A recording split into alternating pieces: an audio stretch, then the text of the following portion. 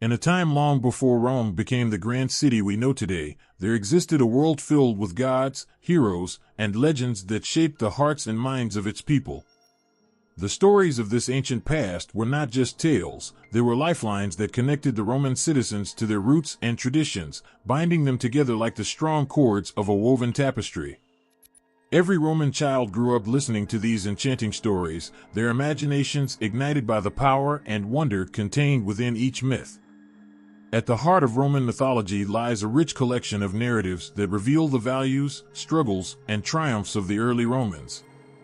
Each myth served a purpose, often explaining the unexplainable, providing comfort in times of trouble, or instilling a sense of pride and identity. In a society that valued courage, loyalty, and respect for the gods, these legends became vital in shaping the character of the people and their culture. The tale of Romulus and Remus is perhaps the most famous of these stories. It begins with the divine lineage of the twins, born to the Vestal Virgin Rhea Silvia and the god of war, Mars. The birth of Romulus and Remus was steeped in prophecy and expectation, foretelling greatness. Yet, this greatness came at a cost. Their mother, trapped between duty and love, faced the wrath of a jealous king, leading to the boys' abandonment. This poignant moment tugged at the hearts of all who heard it, two innocent infants cast aside by a world that feared their potential. As the twins floated down the Tiber River in a basket, the river's gentle embrace became their protector, cradling them as they drifted into the unknown. Their fate hung in the balance, evoking feelings of dread and hope among those who dared to dream for their future. The sight of the she-wolf finding the abandoned twins is a powerful image that resonates deeply within the Roman soul. With fierce devotion, the wolf nurtured the boys, offering them not just sustenance but also the fierce love and protection of a mother. This connection between the she-wolf and the twins symbolizes the strength and resilience that would come to define Rome itself. This story, like many myths, conveys emotions that reach across time. It speaks of loss and survival, of love found in the most unexpected places. The image of the she-wolf, fierce yet nurturing, became emblematic of the city's spirit.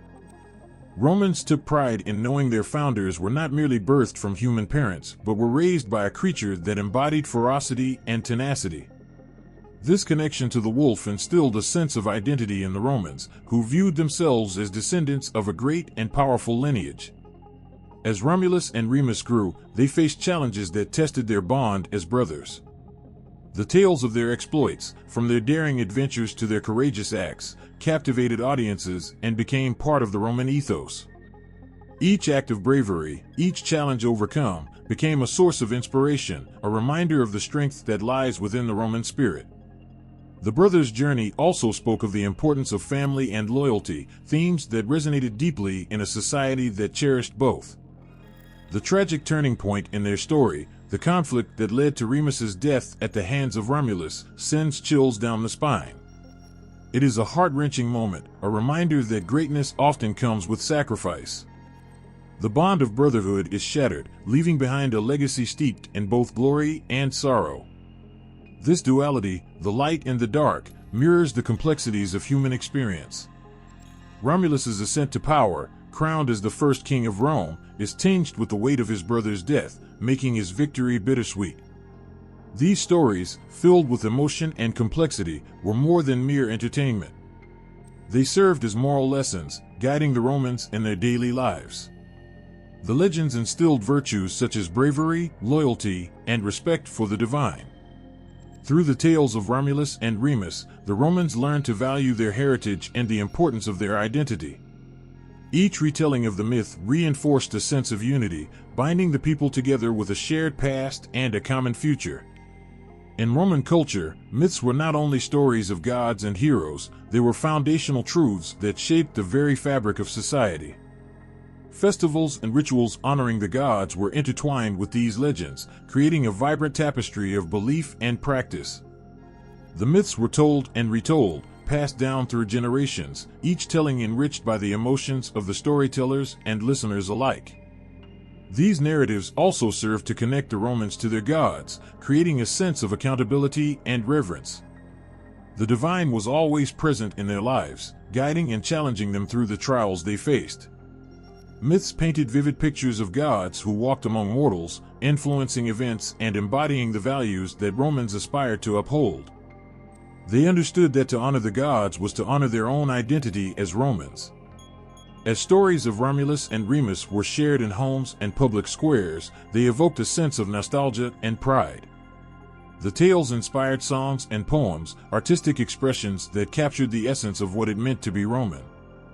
They breathed life into the past, reminding citizens of their beginnings and the struggles their ancestors overcame.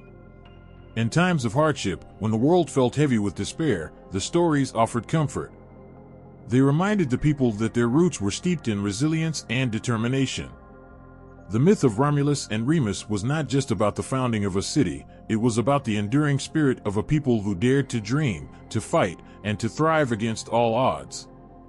Roman mythology, with its breathtaking tales of love, loss, courage, and betrayal, shaped the identity of a civilization that would leave an indelible mark on history. Each story was a thread woven into the grand tapestry of Rome, connecting its people to their past and guiding them toward their destiny. The tales of Romulus and Remus continue to echo through time, reminding us all of the power of legends and the emotions they can stir within our hearts. In the ancient heart of Italy, before the glory of Rome emerged, a tapestry of tribes, cultures, and landscapes thrived in harmony and conflict. This was a time when the mountains kissed the sky, and rivers wound through fertile valleys, where the land was alive with the sounds of nature and the pulse of human life.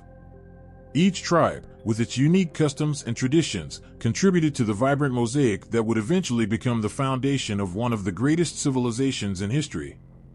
At the dawn of this era, the Italian peninsula was home to various tribes, each possessing its own identity and way of life. The Latins, who settled in the region of Latium, were among the most significant. They were a proud and resourceful people, relying on agriculture and trade for their survival. Their villages dotted the landscape, surrounded by fields of wheat and vineyards that flourished under the warm sun. The Latins cherished their simple yet rich lifestyle, and their connection to the land was profound. They believed it was sacred, filled with spirits that watched over them and guided their hands in labor. Just to the north, the Etruscans made their home, a civilization that was more advanced than many of their neighbors. They were skilled artisans and traders, known for their impressive cities, intricate pottery, and vibrant art. The Etruscans had a powerful influence on the cultures that surrounded them, introducing innovations in architecture, warfare, and religion. Their cities, with towering walls and grand temples, stood as beacons of prosperity.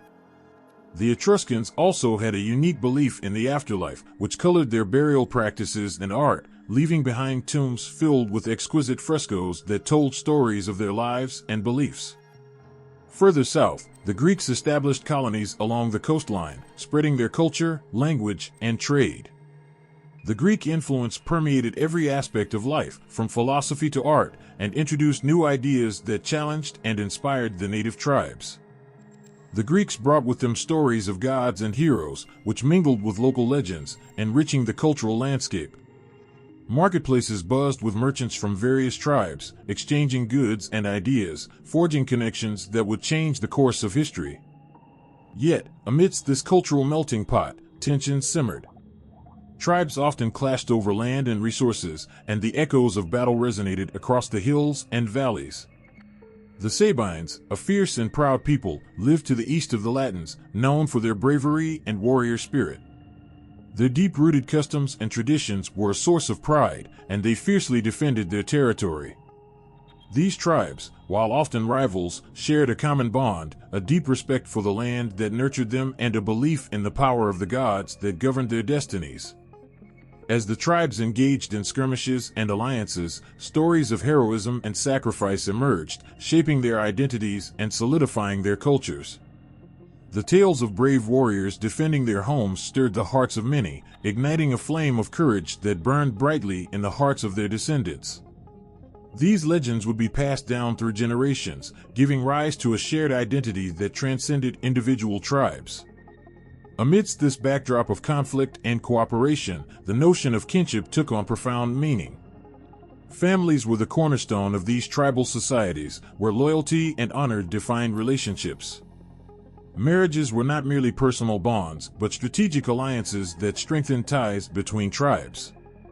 As young couples pledged their love, they were not only committing to one another, but also to their communities, sealing their fates together. This sense of unity was crucial in a world where survival often depended on strength in numbers. The land itself played a significant role in shaping the destinies of these tribes. The hills and mountains provided natural fortifications, while the rivers served as vital arteries for trade and communication.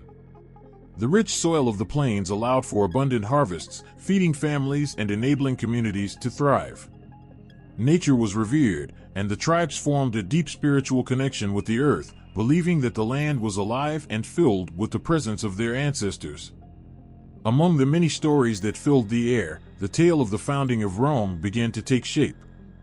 It was a narrative steeped in the history of these tribes, reflecting their dreams, aspirations, and struggles. The journey from tribal conflict to unity was marked by pivotal moments that would echo through the ages. As the tribes sought to carve out their destinies, they were unaware that their paths would soon intertwine in ways that would alter the course of history. As the years rolled on, a growing sense of ambition and vision began to bloom among the Latins. They longed for a place that would symbolize their strength and unity, a city that would stand as a testament to their resilience and dreams.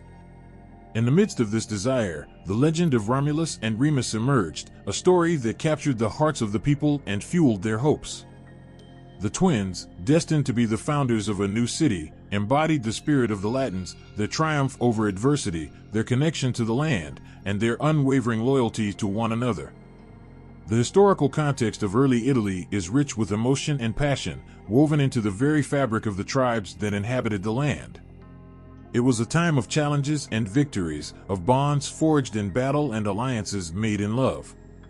The struggles of these early peoples, their hopes and fears, would resonate throughout the ages, shaping the identity of a civilization that would one day become the heart of the ancient world. As the tribes of Italy navigated the complexities of their existence, they laid the groundwork for what was to come. The landscapes that witnessed their triumphs and tragedies would soon become the foundation for a new era. The very earth on which they stood was alive with the echoes of their ancestors, whispering tales of resilience, courage, and the undying spirit of humanity. These stories, filled with heart and soul, would one day converge into the monumental story of Rome, a city born from the dreams and struggles of those who came before.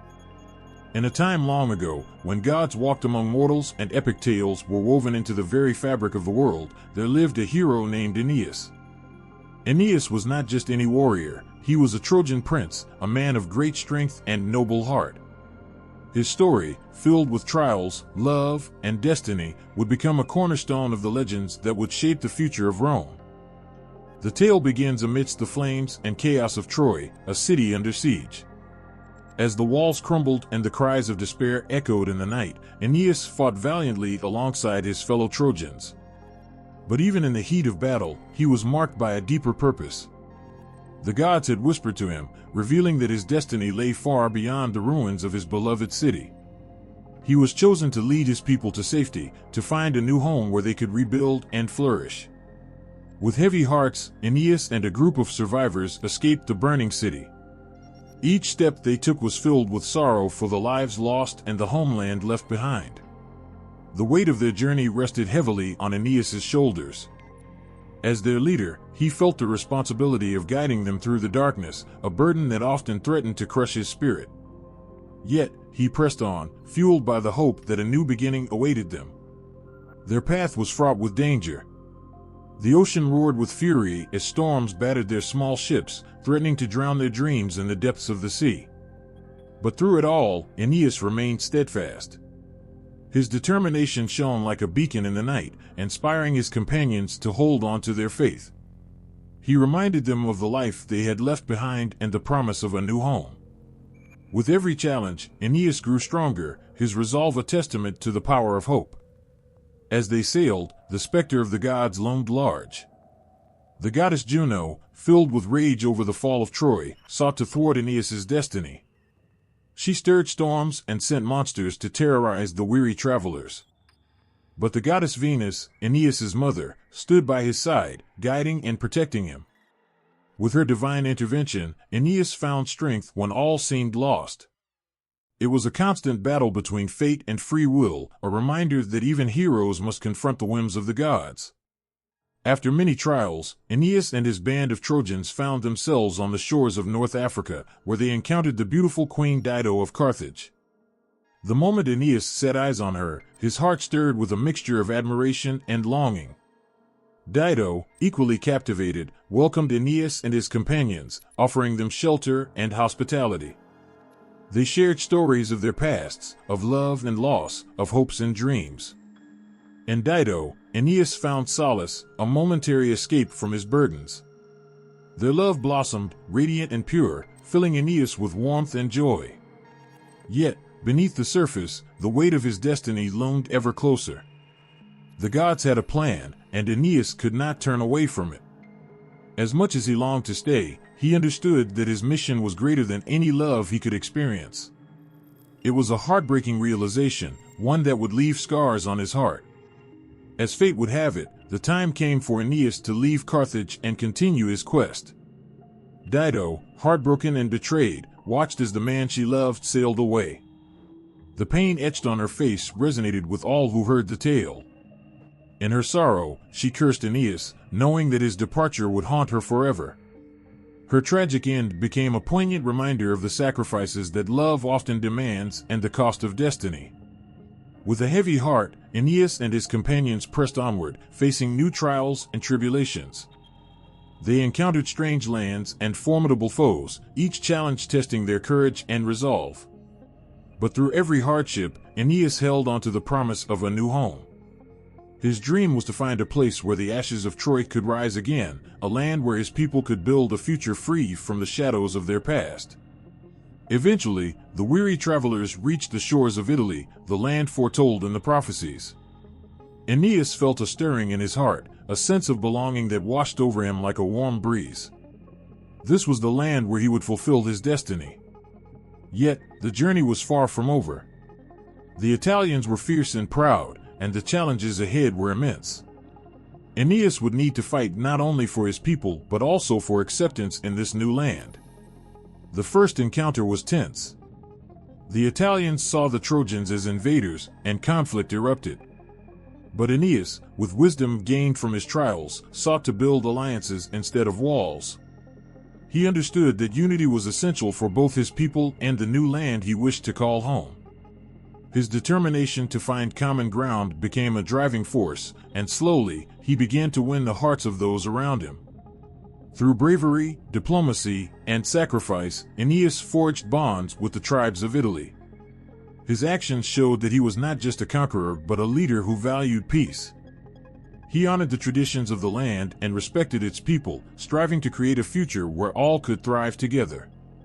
This spirit of cooperation became a vital lesson for the generations that followed, shaping the very essence of what would become the Roman way of life. In time, Aeneas's journey came full circle. He had fulfilled his destiny, not just for himself, but for all the Trojans who had suffered so much. He laid the foundations of a new city, a place where hope could blossom and where the dreams of a lost people could finally be realized.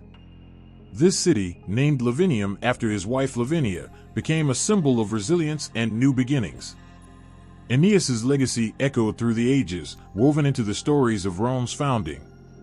He became a figure of inspiration, representing the courage to embrace one's fate, the strength to overcome adversity, and the power of love that transcends even the harshest trials. The myths of Aeneas, filled with deep emotion and enduring spirit, connected the past to the future, reminding all who heard his story that every ending is also a new beginning. As the tales of Aeneas spread across the lands, they ignited a fire within the hearts of the Romans. They saw in him a reflection of their own struggles, hopes, and dreams. His journey became a testament to the idea that from destruction can come renewal, that the ashes of the past can give rise to something beautiful and lasting. Aeneas's story was not just a tale of a hero, it was a celebration of the human spirit's resilience, an anthem of hope that would resonate through time, uniting all who called Rome home. In the heart of ancient Italy, two twins were destined to change the world. Romulus and Remus, born to a mother of noble lineage and a father of divine origin, carried with them the weight of a remarkable heritage. Their story began long before their birth, rooted in a legacy that stretched back to the Trojan hero Aeneas, a man of immense courage and the founder of the line from which they sprang. As the whispers of fate wound around their lives, the twins stood as the living embodiment of the hopes, struggles, and dreams of their ancestors. Aeneas, after his long and arduous journey from the ashes of Troy, had settled in Italy and forged alliances with the local tribes. He married Lavinia, the daughter of King Latinus, and together they became the parents of a new lineage. This union was not just a joining of two people, it was a merging of destinies that would shape the very future of Rome. Their son, Ascanius, known as Iulus, carried on the bloodline, becoming a key figure in the unfolding saga of his people. As the generations passed, Aeneas's descendants continued to flourish, building the foundations of what would become Alba Longa, a city that rose to prominence in the hills of Latium. It was in this vibrant city that the bloodline of Aeneas thrived, intertwining with stories of valor and sacrifice. The kings of Alba Longa ruled with a mixture of wisdom and strength, honoring the traditions of their ancestors while forging a path toward greatness. Among these kings was Numitor, a man of noble character and rightful heir to the throne. But the line of kings faced turmoil when Numitor's younger brother, Amulius, seized the throne through treachery and deceit. Amulius, driven by jealousy and ambition, cast his brother into the shadows, declaring himself the ruler of Alba Longa. This act of betrayal would set in motion a series of events that would change the fate of the city and its people. To ensure that Numitor's bloodline could not challenge his rule, Amulius made a cruel decision. He forced Numitor's daughter, Rhea Silvia, to become a Vestal virgin, swearing her to a life of celibacy and thus erasing any chance of an heir. Yet, even in the depths of despair, the threads of destiny wove together. Rhea Silvia, pure of heart and spirit, was visited by the god of war, Mars. In a moment that changed everything, she became pregnant, carrying within her the future of her lineage. When the twins, Romulus and Remus, were born, they were a beacon of hope amidst the darkness. Their very existence was a testament to the power of fate, and they were destined for greatness. However, the shadow of danger loomed over their lives. Amulius, fearing the twins as potential threats to his reign, ordered that they be cast into the Tiber River. This cruel decree seemed to seal their fate, but the river, gentle and nurturing, cradled the twins in its embrace. In a twist of fate, they were rescued by a she-wolf, who became their protector and nurturer. The bond between the twins and the she-wolf was profound, a symbol of their connection to the wild and the untamed spirit of the land. As Romulus and Remus grew under the watchful eye of their wolf mother, they embodied the strength and resilience of their lineage. Their connection to Aeneas was more than just blood, it was a thread of fate that tied them to a legacy of bravery and determination. The stories of their ancestors whispered to them in the wind, urging them to rise above the challenges they faced and embrace their destiny. As young men, the twins became formidable warriors, displaying not only strength but also compassion and loyalty. They roamed the hills, their spirits intertwined with the land, and their hearts filled with the stories of their forefathers. Each skirmish they faced brought them closer together, their bond unbreakable as they fought side by side against the injustices that plagued their people. In time, the twins learned of their true heritage, the royal blood that flowed through their veins and the legacy of Aeneas that preceded them. This revelation ignited a fire within them, a calling to reclaim their rightful place in the world. They understood that their journey was not just about survival, it was about honoring their lineage and restoring justice to their family. With unwavering determination, Romulus and Remus set out to confront Amulius, the tyrant who had stolen their birthright. The brothers rallied the support of the people, igniting a spark of rebellion against oppression. Their courage resonated deeply within the hearts of the citizens of Alba Longa, who longed for a leader to restore their dignity and honor. The twins became symbols of hope, and the story of their lineage fueled the flames of a new beginning. As the confrontation with Amulius unfolded, emotions ran high. The weight of their heritage bore down on Romulus and Remus as they prepared to reclaim their rightful place. In the heat of battle, the twins fought with the ferocity of lions, embodying the spirit of their ancestors. Their connection to Aeneas and the royal family of Alba Longa pulsed through their veins, guiding their actions and igniting their resolve. In a climactic moment filled with tension and heartache, the brothers emerged victorious, defeating Amulius and restoring Numitor to the throne. The air crackled with triumph, but amid the celebrations, the bittersweet realization of what they had sacrificed hung heavy. They had faced darkness and betrayal, but through it all, they had reclaimed their identity and the honor of their lineage. As Romulus and Remus stood beside their grandfather, the rightful king of Alba Longa, they were not just victorious warriors, they were the embodiment of hope and resilience. Their journey, marked by love and loss, had brought them full circle. They had not only reclaimed their birthright, but had also woven themselves into the very fabric of their people's history. The story of Romulus and Remus transcended their individual lives. It became a powerful testament to the bonds of family and the strength found in unity. Their lineage was not just a tale of blood and birth, but a reminder that the legacy of one generation can shape the destinies of those who follow. In every battle fought and every challenge faced, the spirit of Aeneas lived on, guiding the twins toward their destined greatness. As they looked toward the horizon, Romulus and Remus knew that their story was far from over. The blood of Aeneas flowed through them, and with it came the weight of destiny. They were ready to forge a new chapter, one that would lay the foundation for the great city of Rome, a city that would stand the test of time, echoing with the stories of its founders and the heroes that came before them.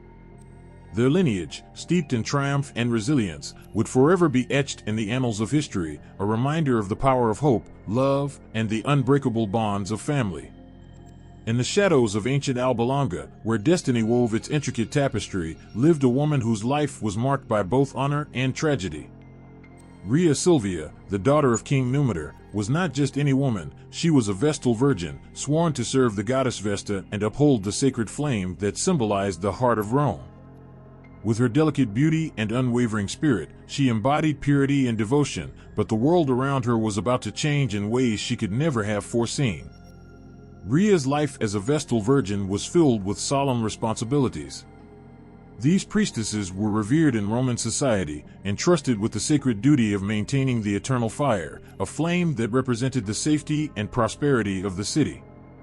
It was a life of sacrifice and dedication, a promise of celibacy that required strength and resolve. Rhea, with her gentle demeanor and fierce loyalty, took this role to heart, knowing that she was part of something greater than herself. She wore her white robes like armor, a symbol of her commitment to Vesta and the people of Alba Longa. Yet, even within the walls of sanctity, fate had a different plan in store. Rhea's heart, pure and devoted, caught the eye of Mars, the god of war. This divine connection was unexpected and powerful, stirring something deep within her. When Rhea felt the first flutter of life within her, it was a moment of both joy and fear.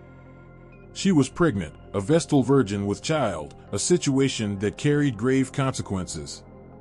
The very fabric of her existence was now entangled in a web of divine intervention and earthly reality. Rhea knew that the laws were clear. A Vestal virgin who bore children was to be punished, cast away from the sacred order, and condemned for breaking her vow. The thought of losing her status, her identity, filled her with dread. Yet, she felt an overwhelming connection to the life growing within her. It was as if the spirit of Aeneas himself whispered to her through the wind, telling her that this child was meant for greatness, destined to change the world. As the days turned into months, Rhea struggled with the weight of her secret. The fear of discovery loomed over her like a dark cloud, and each moment was tinged with anxiety. She was torn between the love she felt for her unborn child and the obligations she had sworn to uphold. The sacred flame flickered in the temple, and she prayed fervently to Vesta, seeking guidance and protection for the life that was soon to enter the world. When the day finally came, Rhea Silvia gave birth to 2 sons, Romulus and Remus, in a hidden grove, far from the prying eyes of the city. Their cries echoed through the trees, a sound filled with life and promise. Holding them close, she felt a wave of love wash over her, an instinctual bond that transcended her fears. In that moment, Rhea realized that her sons were not just the product of her forbidden love, they were the embodiment of hope and resilience, the future of her people. But joy quickly turned to terror. The weight of her actions pressed heavily on her shoulders. She knew she could not keep them, the price of their existence could be too high. Amulius, her uncle, was a cruel ruler, and if he discovered her secret, he would stop at nothing to ensure his power remained unchallenged. Rhea's heart broke at the thought of losing her children, yet the instinct to protect them burned brightly within her. In a desperate attempt to save them, she placed her sons in a basket and set them adrift on the Tiber River. As the current carried them away, Rhea whispered a prayer for their safety, tears streaming down her cheeks. It was a mother's sacrifice, a painful choice made out of love. She watched helplessly as the river took her sons, feeling her heart shatter with each passing moment. The thought that they might be lost forever gnawed at her, yet deep down, she felt a flicker of hope. Perhaps the river would lead them to a new destiny. With the twins gone, Rhea returned to the temple, her heart heavy with sorrow. She resumed her duties as a Vestal Virgin, but the sacred flame now felt cold against her skin. Each day was a struggle as she forced herself to smile and perform the rituals that had once brought her joy. The memory of her children lingered like a ghost, haunting her thoughts and dreams. She felt the absence of their laughter, their warmth, and the love that had blossomed within her. As the seasons changed, whispers began to spread through the city. Rhea Silvia's absence of joy was noticed by the other Vestal Virgins, and the weight of her secret became unbearable. Her connection to the twins, though severed by circumstance, still pulsed within her, a bond that time could not erase. She prayed each night, hoping against hope that her sons would be safe, that they would survive the cruel world that had cast them adrift. One fateful day, news reached Rhea of two fierce young men who had emerged from the wilderness.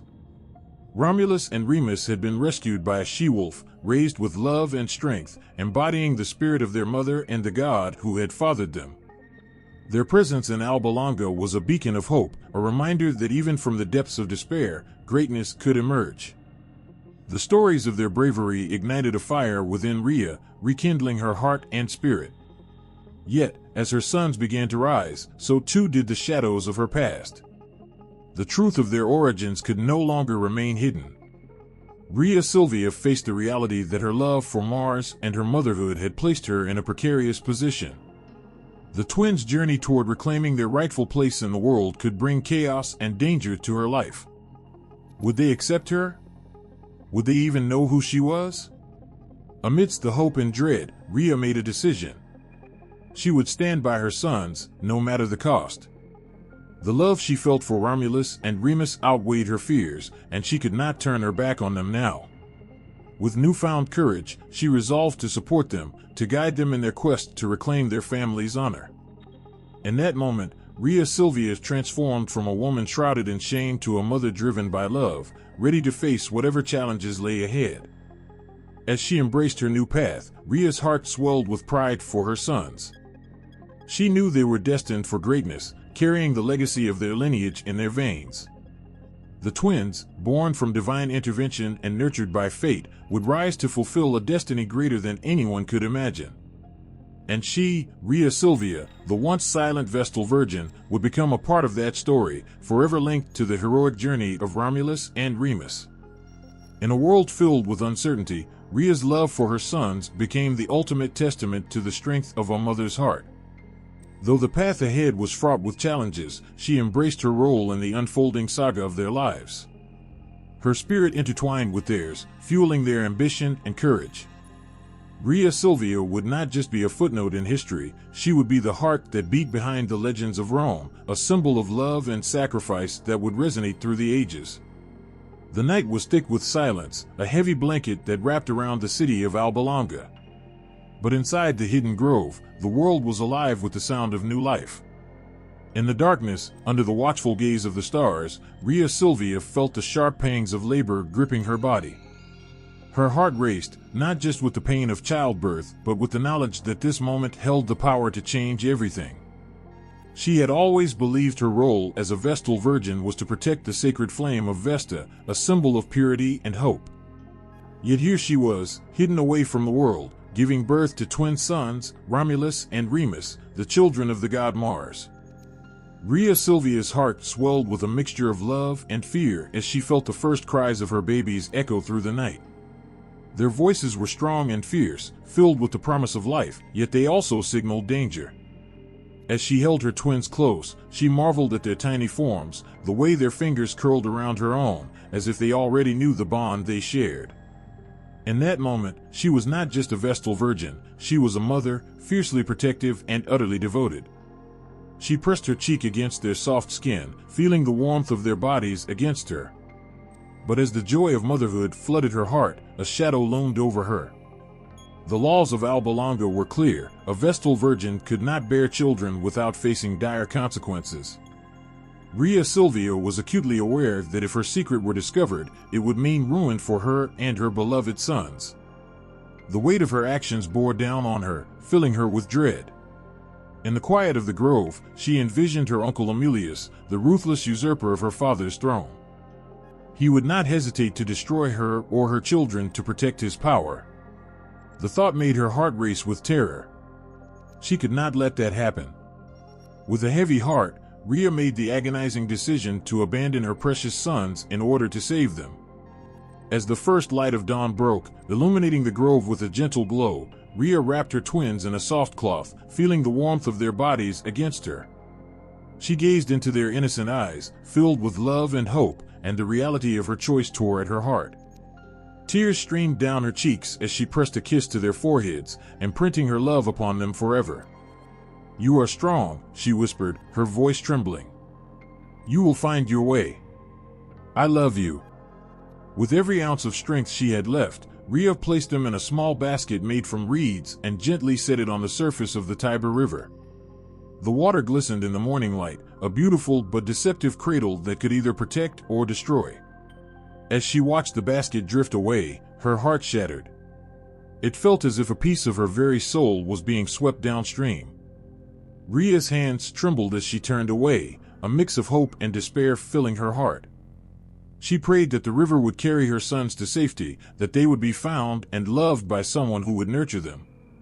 But as the sound of their cries faded into the distance, a deep sense of loss enveloped her.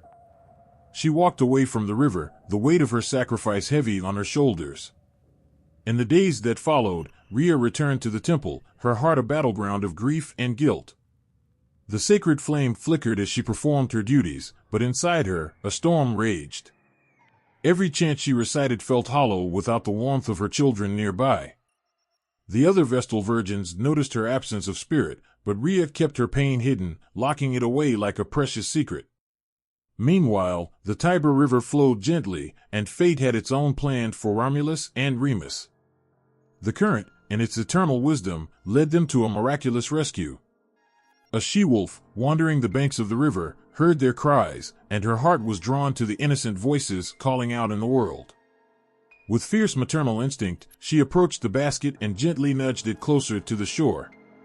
The she-wolf, often portrayed as fierce and wild, had a nurturing spirit. She took the twins under her care, licking their tiny faces and keeping them warm with her body. The bond that formed between the wolf and the boys was something magical, a connection that transcended species and spoke of love and survival. In the safety of her embrace, Romulus and Remus found the love they had been born into, even if it came from an unexpected source. As days turned into weeks, the twins thrived in the wild. They grew stronger and more adventurous, exploring their surroundings under the watchful eye of their adoptive mother. The forest became their playground, filled with the sounds of nature and the thrill of discovery. They played in the sun, chased after the creatures that roamed the woods, and learned the ways of survival, embodying the fierce spirit of their lineage. With each passing day, the boys exhibited extraordinary strength and resilience, traits that had been gifted to them by their divine heritage. They were destined for greatness, though they had yet to understand the full extent of their lineage. The bond between them was unbreakable, and together they faced the challenges of the wild, their laughter echoing through the trees. But as they grew, so did the whispers of their true identity.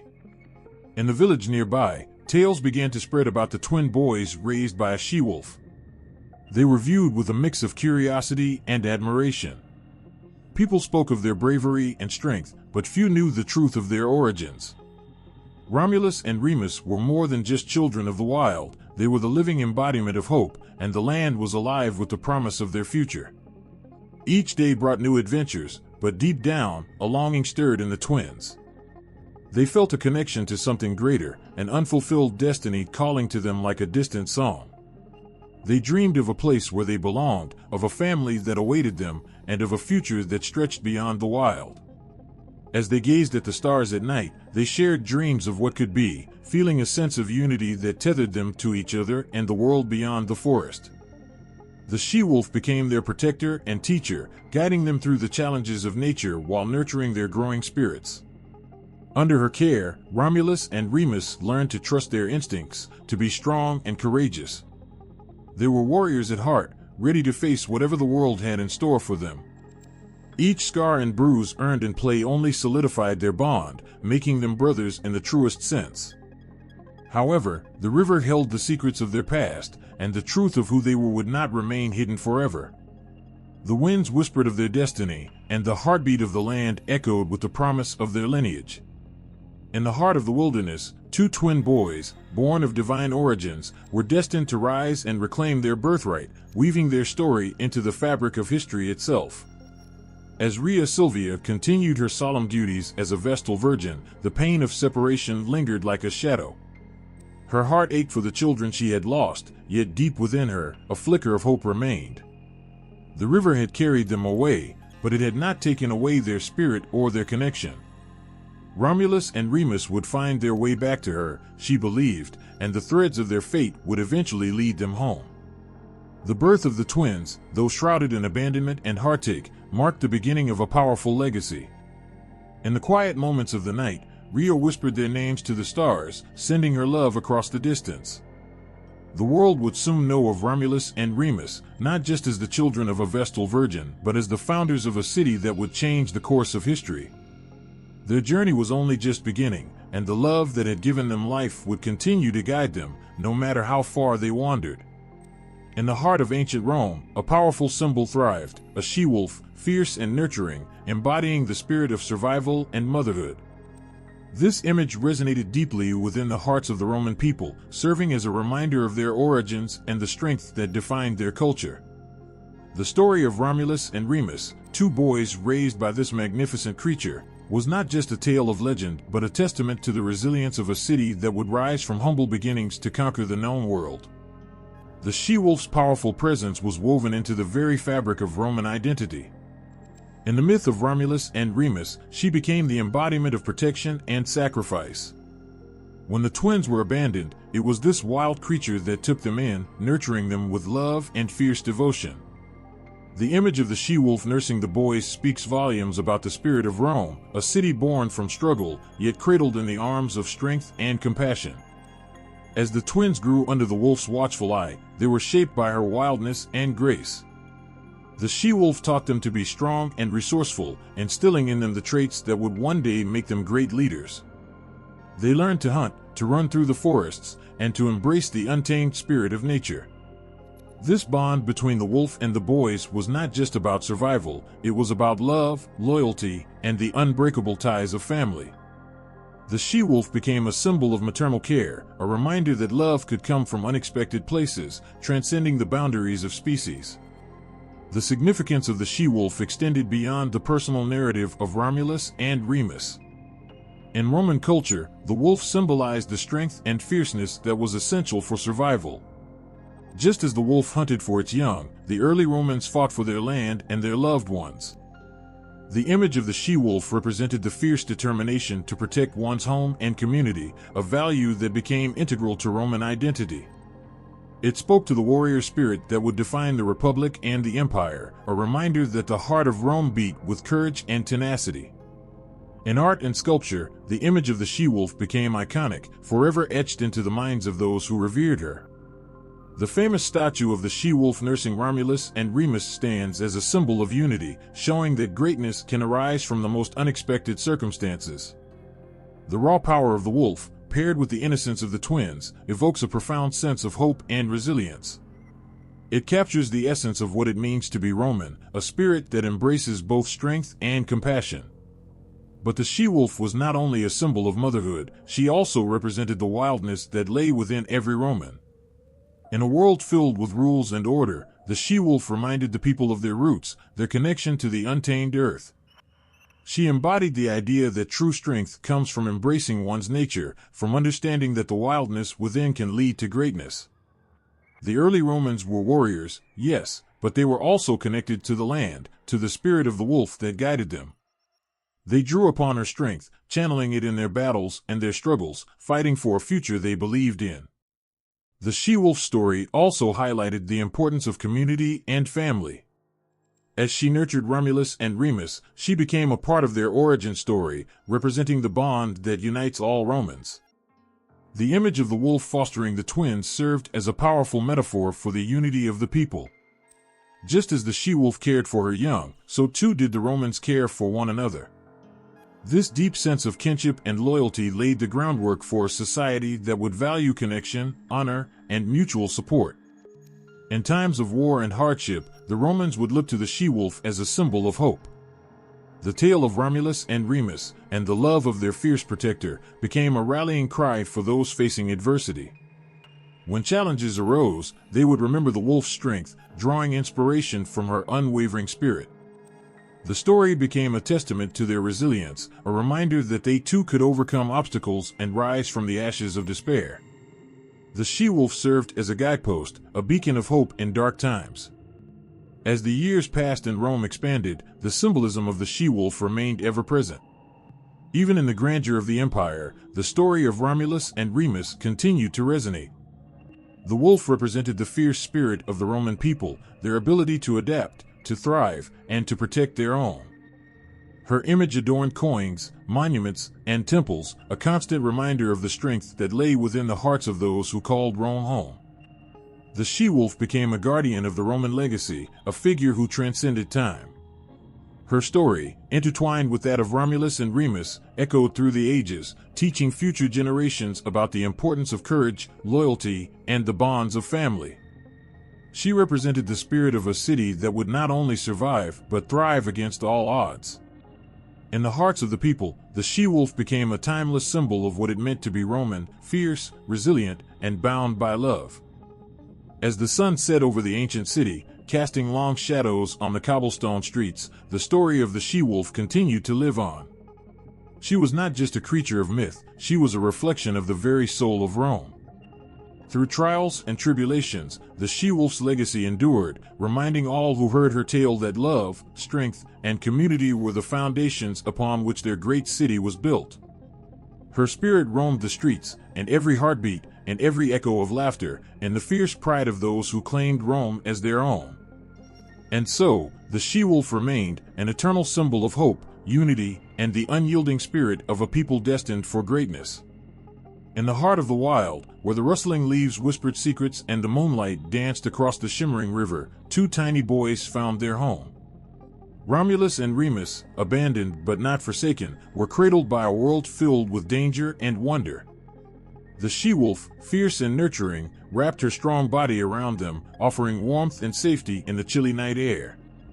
The boys, just hours old, were nestled against the softness of her fur, feeling the steady rhythm of her heartbeat, a soothing lullaby that promised they were not alone. As days turned into weeks, the boys grew stronger, their bodies nourished by the milk of the she-wolf. They thrived in the wild, learning to trust their instincts and embrace the beauty of their surroundings. Under the watchful gaze of the wolf, they played in the sun-dappled forest, their laughter ringing out like the sweetest music, a joyful chorus that filled the air with life. Each day brought new adventures, and with each adventure, they discovered more about themselves and the world around them. But the she-wolf was not their only guardian. Fate had woven another thread into their lives, the shepherd Faustulus. One day, while tending his flock near the riverbank, Faustulus stumbled upon the scene that would change his life forever. He saw the she-wolf nursing the twins, her fierce eyes softening as she cared for her charges. A deep sense of wonder filled him as he approached, realizing that he was witnessing something extraordinary. With great care, Faustulus called to the wolf, his voice low and soothing. To his surprise, she did not flee. Instead, she looked at him with those wise, amber eyes, as if she understood the kindness in his heart. The wolf, recognizing that Faustulus posed no threat, allowed him to come closer. He knelt beside her, awestruck by the sight of the two boys who were so full of life, nestled against their mother. In that moment, a bond formed, uniting man and beast in a shared purpose to protect these innocent souls. Faustulus gently picked up the twins, cradling them in his arms. The warmth of their tiny bodies against his chest filled him with a sense of belonging he had never known. He was a simple shepherd, living a modest life, yet now he held a piece of something truly special. The twins looked up at him with wide, curious eyes, and in that moment, he knew he could not leave them behind. Taking them home, Faustulus introduced the boys to his wife, Acolorentia. Her heart swelled at the sight of the two boys, their faces bright and full of promise. The couple welcomed Romulus and Remus into their humble home with open arms, filling the space with love and laughter. The boys quickly adapted to their new life, growing strong and spirited under the care of their adoptive parents. Acolorentia nurtured them with warmth and affection, filling their days with stories and songs, teaching them the values of family, kindness, and strength. As the twins explored their surroundings, they learned the ways of the shepherds. They followed Faustulus into the fields, watching as he tended the sheep, learning to care for the animals just as they had been cared for. Each day was filled with new discoveries, the gentle bleating of the flock, the scent of fresh grass, the feel of the warm sun on their skin. The bond between the boys grew deeper, united by their shared experiences and their love for their new family. With the she-wolf's lessons of survival and the shepherd's guidance, Romulus and Remus became strong and capable. They learned to climb trees, to run swiftly through the meadows, and to navigate the winding paths of the forest. The wild was their playground, and they embraced it with unbridled joy. Each day brought new challenges, but they faced them together, united in their brotherhood. The she-wolf remained a symbol of their strength, a reminder of the wild spirit that flowed through their veins. Though they were no longer in her presence, her teachings were woven into their very being. They carried the fierce loyalty and bravery she had instilled in them, and it echoed in their actions. The bond they shared with her became part of their identity, shaping who they were destined to become. As the seasons changed, so did the boys. They became legends among the shepherds, known for their courage and adventurous spirits. Tales of Romulus and Remus spread through the hills, capturing the imaginations of those who heard their stories. They were no longer just abandoned infants, they were growing into young men, embodying the wildness of the wolf and the nurturing spirit of Faustulus and Acolorentia. Yet, in the quiet moments, a longing stirred within them. They often gazed at the horizon, wondering about their origins. Who were they? Where did they come from? They felt a connection to something greater, a pull towards a destiny that awaited them. In their dreams, they could hear the whispers of the river and the call of the wild. It was as if the earth itself was urging them to embrace their true identities. The boys would often sit beneath the stars, sharing their thoughts and dreams. Romulus, with his bold spirit, envisioned a future filled with adventure and glory. He spoke passionately about the world beyond the hills, imagining a city where they could lead and protect their people. Remus, more introspective, pondered their past, searching for answers to the questions that lingered in their hearts. Together, they dreamed of a life that was bigger than their humble beginnings. As they grew into young men, their strength and determination became undeniable. They embodied the very essence of survival, their hearts beating in rhythm with the land around them.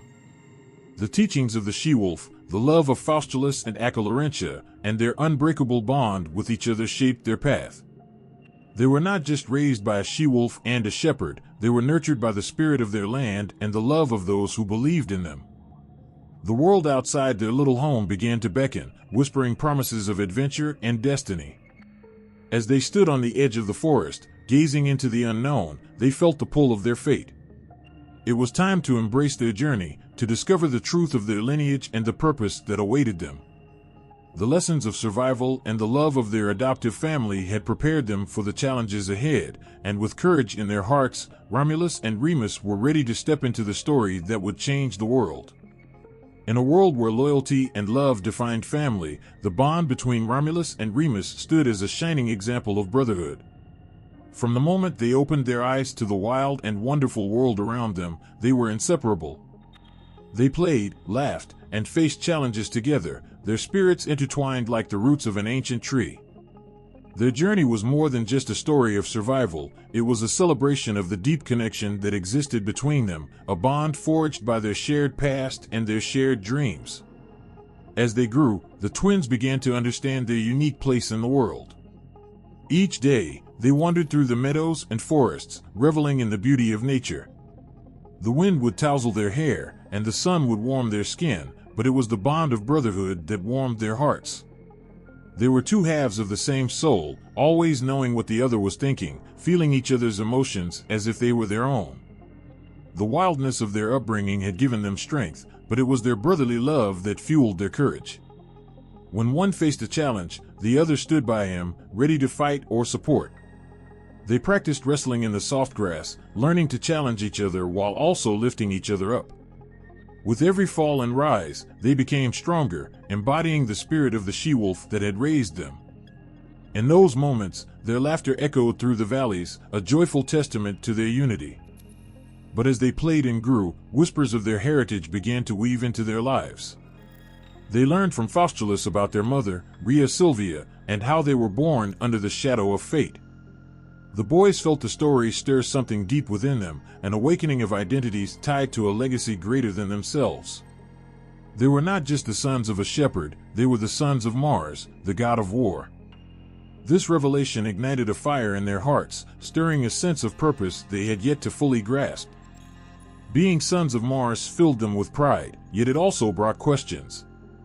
They were raised by a she-wolf and a shepherd, but now they felt the pull of destiny tugging at their souls. They imagined their father, the mighty god, standing tall with a sword in hand, embodying strength and valor. Romulus often spoke of Mars, envisioning himself as a warrior destined for greatness. Remus, more reflective, pondered what it meant to bear the weight of such a legacy. The two brothers balanced each other, one charged with ambition, the other with thoughtfulness. Together, they began to shape their identities not just as twins, but as warriors of a legacy that awaited them. Under the stars, they would share their dreams and aspirations. Romulus, his eyes sparkling with determination, would declare, "We will build a city. A place where our people can be safe and strong." Remus, with a thoughtful gaze, would nod and say, "And we will honor our mother and our father by making it a place of justice." Their conversations flowed like the river, rich with hopes for the future and deepening bonds of brotherhood. The more they learned about their lineage, the more they embraced their identities. They trained together, practicing the skills that would prepare them for their futures. The fields became their training ground, where they practiced archery, wrestling, and swordsmanship. With each arrow they shot and every sword stroke they practiced, they felt the spirit of Mars guiding them, urging them to be fierce and brave. They envisioned their father watching over them, his presence filling them with strength. Yet, with every victory in their training, a shadow loomed over their hearts. As they grew into young men, they could not shake the feeling of being different. The knowledge of their heritage brought both pride and a burden. They were torn between the simplicity of their life with Faustulus and Laurentia and the grandeur of their destiny. The whispers of their identity as sons of Mars felt like a heavy cloak that both protected and suffocated them. They wondered about their place in the world, about the fate that awaited them beyond their secluded home. In the quiet of the night, they would sit side by side, their shoulders brushing against each other, seeking comfort in their shared presence. "What if we don't live up to it?" Remus would sometimes whisper, vulnerability threading through his voice. Romulus would always respond with unwavering conviction, "We will, brother. Together, we are stronger than anything that comes our way. Our bond is our strength." Those words would wrap around them like a warm blanket, grounding them in the uncertainty of their future. Their brotherhood was not only a source of strength, but also a reminder of their beginnings. They carried the spirit of the she-wolf within them, the lessons she had taught them echoing in their actions. They learned to trust each other completely, understanding that their bond could withstand any storm. As they trained for the future, they carried the wildness of their youth into their endeavors, honoring the love of their adoptive parents, the wisdom of the she-wolf, and the fierce spirit of Mars. As they prepared to confront the world beyond their familiar hills, they made a pact. No matter what lay ahead, they would face it together. The challenges of their identities, the weight of their heritage, and the call of destiny would be met side by side. Their brotherhood was a flame that could not be extinguished, a promise that their bond would guide them through the darkest nights and the brightest days. With each passing day, Romulus and Remus grew closer to realizing their destinies. They began to understand that their identities were not defined solely by their lineage, but by the love and loyalty they held for each other. In their hearts, they carried the essence of both the she-wolf and Mars, blending strength with compassion, ferocity with kindness. As they stood at the threshold of their future, ready to embrace their destinies, the bond between them felt unbreakable. They were more than just brothers, they were warriors united by blood and fate, ready to carve their names into the annals of history. With the legacy of Mars and the spirit of the she-wolf in their hearts, Romulus and Remus were prepared to embark on the journey that would change their lives and the course of history forever. The sun hung low in the sky, casting a golden hue over the landscape as Romulus and Remus stood at the edge of the forest. Ahead lay the path to Albalonga, the city that held the shadows of their past and the promise of their future. With hearts pounding in their chests, they felt a mix of excitement and trepidation. This journey was not just a return, it was a reckoning, a chance to reclaim their birthright and confront the tyrant who had taken everything from them. As they stepped forward, the memories of their childhood flooded their minds. They recalled the stories told by Faustulus and Acalorentia about their mother, Rhea Silvia, and the cruel king, Amulius, who had usurped the throne. The air was thick with the weight of history, and each step felt like an echo of the past, leading them to a destiny that awaited.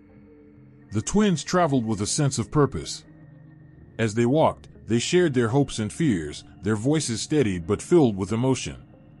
Romulus, with his unwavering determination, spoke of the city they would build, a place where justice would prevail. Remus, more reflective, worried about the power they would face, but his brother's confidence steadied him. Their bond was a shield against the uncertainties of the world, and together they could confront whatever lay ahead. As they neared Albalonga, the sounds of the city grew louder, a cacophony of life that pulsed with energy. Romulus and Remus exchanged glances, each knowing the moment of truth was approaching. Would the people remember them? Would they accept the sons of Mars? The thought filled them with both hope and fear, but they pressed on, their hearts beating in sync as they crossed the threshold into the city. The streets were bustling, filled with the chatter of townsfolk going about their daily lives. But as the twins made their way through the crowd, a hush fell over the people. Faces turned towards them, eyes wide with disbelief and wonder. Whispers began to ripple through the crowd. Are they the lost sons of Rhea Silvia? Could they be the twins we've heard about in stories? Romulus felt a surge of pride. He straightened his back, determined to show the world who they were. But Remus sensed the tension in the air, the uncertainty of the people who had lived under King Amulius's oppressive rule. They could see it in the weariness of the townsfolk, in the way they shifted their gazes as if afraid to hope for change. The twins had not only returned to reclaim their legacy, they had come to stir the flames of rebellion. As they approached the grand palace, their hearts quickened. They could feel the weight of their lineage pressing down upon them, the legacy of Aeneas, Rhea Silvia, and the divine blood of Mars surging through their veins. With each step, the memories of their abandonment and their struggle for survival fueled their resolve. They would confront King Amulius, and this time, they would not back down. The palace loomed before them, its walls towering and imposing. The guards, dressed in the armor of a tyrant, eyed the twins with suspicion. Romulus stepped forward, his voice ringing out strong and clear. "We seek an audience with King Amulius." The guards exchanged glances, unsure of how to respond. But the commotion they had stirred in the streets had drawn the attention of others. Soon, a group of townspeople gathered, drawn by the courage of the twins. They whispered to one another, inspired by the sight of two young men standing up to the oppressive rule that had silenced them for so long. The guards hesitated, caught between their duty and the murmurs of the crowd. Finally, one of them stepped forward, leading Romulus and Remus into the palace. As they walked through the grand halls, the twins felt the weight of history in the air. This was where their mother had once walked, a queen stripped of her power, and now it was their turn to reclaim what was rightfully theirs. In the throne room, King Amulius sat, his presence commanding yet cold. The air crackled with tension as the twins approached, their hearts pounding with anticipation. Amulius looked down at them, a mix of arrogance and curiosity on his face. "Who dares disturb my peace?" he demanded, his voice echoing off the marble walls. Romulus stepped forward, his resolve hardening. "I am Romulus, son of Rhea Silvia and Mars. We have returned to reclaim our rightful place." The words flowed from his lips like a river, filled with passion and truth. Remus stood beside him, his heart racing but unwavering, ready to support his brother's declaration. Amulius's eyes narrowed, a flicker of recognition crossing his face. "You think you can challenge me? You are but boys raised by a she-wolf and a shepherd. You have no claim here."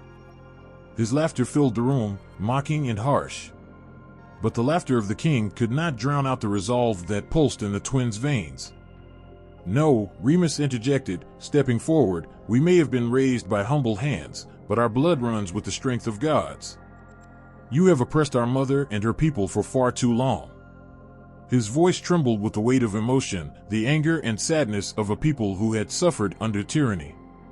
The crowd outside the palace had grown, a sea of faces filled with hope and determination. They could hear the echoes of the confrontation, and with every word, they felt the tide turning. Romulus and Remus were not just standing up for themselves, they were standing up for all who had suffered under Amulius's rule. They were lighting a fire in the hearts of those who had long been silenced. Amulius, caught off guard by the courage of the twins, felt the pressure of the moment closing in on him. The crowd outside the palace was no longer merely a gathering of curious townsfolk, they were a force to be reckoned with. The whispers of rebellion stirred in the air, and the king's arrogance began to waver. "You will pay for your insolence," Amulius shouted, his voice cracking with anger. But Romulus and Remus stood firm, their hearts united as they prepared to fight for their legacy and the future of their people. They would not back down. They would face the tyrant together, their bond unbreakable, fueled by the love for their mother and the dreams they had for their homeland. In that moment, the twins understood the true power of their brotherhood. They were not just two young men seeking revenge, they were symbols of hope and change.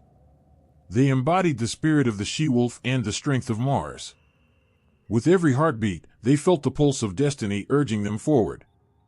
As they prepared to confront the king, the energy in the room shifted. The crowd outside held their breath, waiting for the outcome. Would Romulus and Remus triumph, or would the tyranny of Amulius continue? The answer lay in the hands of the twins, united in purpose and ready to face whatever came next. The legacy of their past awaited, and with it, the promise of a new dawn. The air in Alba Longa was charged with a mix of tension and anticipation as Romulus and Remus stood at the center of a brewing storm. The twins had confronted King Amulius, and now they were ready to execute a plan that would change their fate and that of their people forever. They gathered with their supporters in a hidden corner of the city, the flickering light of torches casting shadows on their determined faces. Whispers of rebellion swirled around them, and hope glimmered in the eyes of those who had suffered under the tyrant's rule. Romulus leaned forward, his voice steady but filled with emotion. "We will take back what is rightfully ours. Our grandfather, Numitor, deserves to sit on the throne he was born to rule. Amulius has ruled through fear, but together, we can restore justice." He looked around at the faces of their allies, men and women who had come to believe in the cause. Remus stood beside him, nodding in agreement, his heart swelling with pride at the bravery of their newfound friends. The plan was simple yet dangerous. They would wait for nightfall when the palace was at its quietest. The guards, weary from years of maintaining Amulius's oppressive reign, would be less vigilant. Under the cover of darkness, Romulus and Remus would lead their loyal followers through the back streets of the city, avoiding the main thoroughfares, until they reached the palace gates. As they made their way through the winding alleys, the twins could hear the faint murmurs of the townspeople, the whispers of hope mingling with fear. The memory of their mother, Rhea Silvia, urged them forward. They thought of her strength and the sacrifices she had made for them. Her spirit inspired them to push through the doubts that occasionally threatened to creep in. They would not fail her. When they arrived at the palace, they paused, their hearts pounding in their chests. The sight of the imposing structure, which had long symbolized their oppression, filled them with a renewed sense of purpose. They exchanged determined glances, silently promising each other that they would see this through to the end. With one last deep breath, Romulus stepped forward and gave the signal to begin. The first wave of their allies rushed forward, swiftly and silently. They were like shadows, moving as one, each person driven by a shared desire for freedom. Romulus and Remus led the charge, their hearts racing with every step. They could already envision the moment they would confront Romulus, and the thought filled them with both excitement and dread. This was not just a fight for themselves, it was a fight for every person in Alba Longa who had suffered under the tyrant's iron fist. As they approached the inner courtyard, they spotted the guards, tired and complacent. Their vigilance had faded over the years, and the twins could sense the opportunity was within their grasp. Romulus raised his hand, signaling their allies to hold back for a moment. They needed to act decisively but not recklessly. They couldn't afford to lose this chance. With a fierce determination, Romulus and Remus charged at the guards. The element of surprise was on their side. They fought bravely, using the skills they had learned during their time in the wild, where survival meant learning to defend themselves. The clash of metal and the shouts of their allies filled the air, a symphony of rebellion echoing through the night. As the guards fell, Romulus and Remus pressed on toward the throne room, where Romulus awaited. Every step felt heavier, each moment stretching into eternity. Would they succeed? Would they bring back their grandfather? The thought of restoring Numitor filled them with hope, pushing them to continue. Finally, they reached the grand doors of the throne room. They paused, hearts pounding as they shared a brief glance. In that moment, they remembered the stories of their mother and the legacy of their family. They were not just fighting for a throne, they were fighting to reclaim their heritage, to restore honor to their lineage. With a nod, they pushed open the heavy doors. Inside, King Romulus sat on his throne, a look of shock and anger washing over his face. "What is the meaning of this?" he roared, trying to mask his fear with bravado. But Romulus and Remus stood tall, their spirits unwavering. They had come too far to turn back now. "You will pay for your tyranny, Romulus declared, his voice echoing through the grand hall. "Today, we reclaim our home and restore our grandfather, Numitor, to the throne." The determination in his voice resonated with the weight of history, and the walls of the throne room seemed to pulse with the energy of their cause. Romulus rose from his seat, his eyes narrowing as he assessed the situation. "You think you can challenge me? You are nothing but boys." His laughter was harsh, but Romulus and Remus could see the fear flickering behind his bravado. The tide was turning. "No," Remus replied, stepping forward, his voice filled with conviction.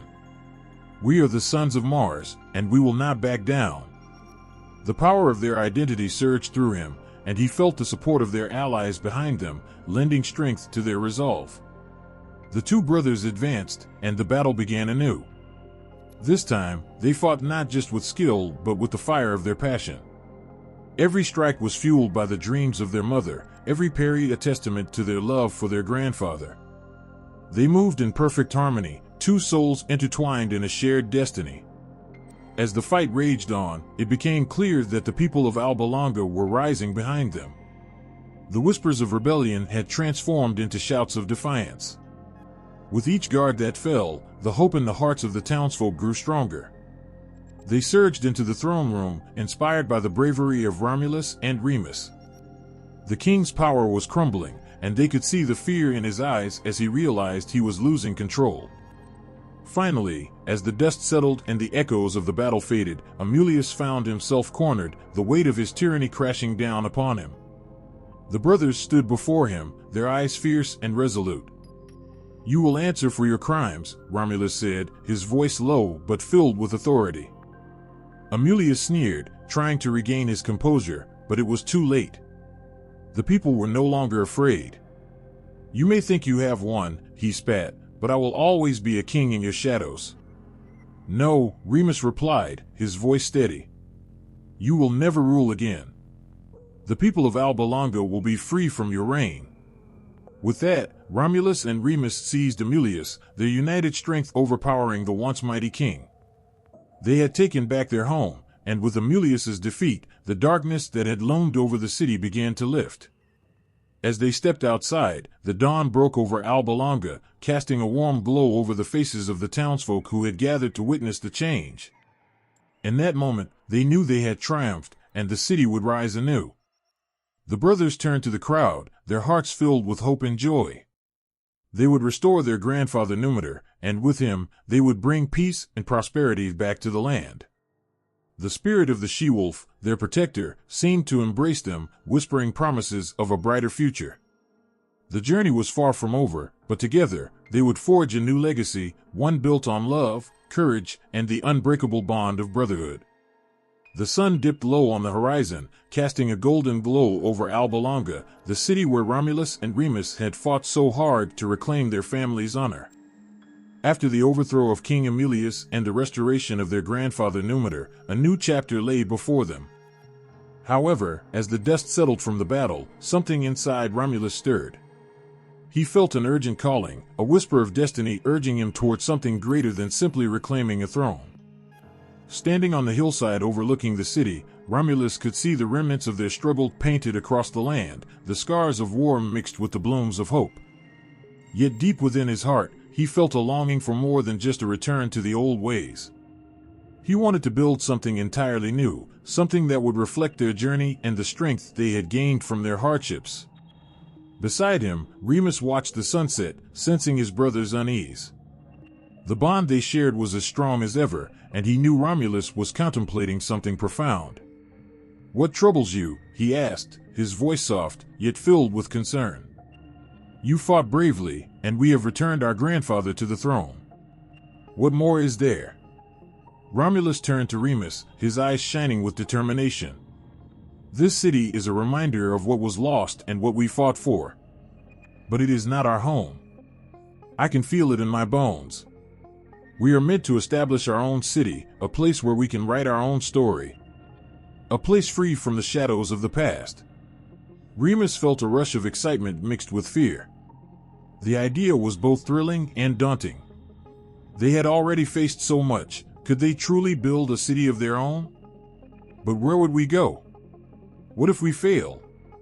His heart raced at the thought of leaving the only home they had known, even if it was filled with pain. Romulus's gaze swept across the landscape, filled with hope and a sense of adventure. "We will go to the Palatine Hill. It's a place rich with legends. It is the heart of the land.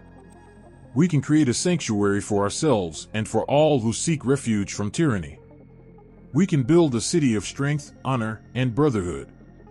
The thought of a new beginning stirred something deep within Remus. The idea of founding a city filled with the ideals they cherished was intoxicating. But it also came with great responsibility. And what if others come? What if they challenge us? We are just two brothers against the world. Romulus reached out and clasped Remus's shoulder, his grip steady and reassuring. "We are not alone. We have our people, those who stood with us against Amulius. They believe in us and our vision. Together, we can gather others who share our dream. We will not just be founding a city, we will be forging a new destiny." Remus could see the fire in his brother's eyes, a fire that sparked a similar flame within him. The thought of leading their people, of creating a home where they could thrive, filled him with purpose. "Then let's do it," he said, determination flooding his voice. "Let's create a city that will stand the test of time." With renewed resolve, the twins made their way down the hill, their hearts racing with the thrill of possibility. They gathered their loyal followers, the same brave souls who had fought beside them to reclaim Alba Longa. Under the shimmering stars, they shared their vision, their dreams igniting a spark in the hearts of those who listened. The crowd buzzed with excitement, their eyes wide with hope as Romulus and Remus spoke of their plans. "We will build a city of strength," Romulus declared, his voice ringing with passion. "A city that will honor the past, but will be shaped by our dreams. A place where all who seek safety and freedom can come and call it home." The crowd erupted in cheers, their voices echoing through the night. It was a moment of unity, a shared belief that together they could forge something extraordinary. Hope hung in the air like a palpable force, binding them all in a promise of a brighter future. As dawn broke, the sun illuminated the hills of Palatine, casting a warm glow over the land that would soon become their home. Romulus and Remus stood at the edge of the hill, the weight of their decision heavy but exhilarating. They were on the brink of something monumental. The brothers began to gather the materials needed to construct their new home, and the energy in the air was electric. Every stone lifted was a testament to their vision, every beam of wood a promise of the future. The twins worked side by side, their hearts beating in sync with the rhythm of their labor. As the days turned into weeks, the city began to take shape, rising from the earth like a phoenix reborn. They named it Rome, a name that echoed with the strength of their lineage and the power of their dreams. The laughter of children and the sounds of construction filled the air, mingling with the distant calls of birds and the rustle of leaves. Life was flourishing in ways they had only dared to imagine. With every brick laid, the bond between the twins grew stronger. They celebrated victories together, and when challenges arose, they faced them as one. The support of their people bolstered their resolve, and soon others began to arrive, drawn by tales of the brothers and the city they were creating. It was a magnet for those seeking a new beginning, a fresh start away from the burdens of the past. But as the city blossomed, so did the shadows of uncertainty. Rival tribes eyed their success with envy. Romulus and Remus knew that with growth came threats. They prepared their people to stand strong, reminding them of the courage they had shown in overthrowing Amulius. One evening, as the sun dipped below the horizon, casting the city in a warm glow, Romulus and Remus gathered with their followers. They spoke of unity, of strength, and the importance of protecting what they had built. Their vision of Rome was not just about walls and buildings, it was about community, family, and a place where everyone could thrive. As they stood together, the wind carried the whispers of the past, blending with the hopes of the future. The memories of their struggles shaped their journey, reminding them that their bond was unbreakable. They were not just brothers, they were the architects of a new world, a city that would stand as a testament to their dreams and sacrifices. In that moment, Romulus and Remus knew that they had answered the call to found a city. They had taken the first step toward creating a legacy that would resonate through the ages. The sun may have set on the day of their decision, but the dawn of Rome was just beginning. They had faced their fears, embraced their identity, and together, they would forge a future that would change the course of history. As the first light of dawn broke over the hills of Palatine, a sense of anticipation filled the air. Romulus and Remus stood side by side, their hearts racing at the thought of what lay ahead. The sun cast a golden hue over the land, illuminating the rugged terrain that would soon become their home, a city born from their dreams and struggles. Today was a momentous occasion.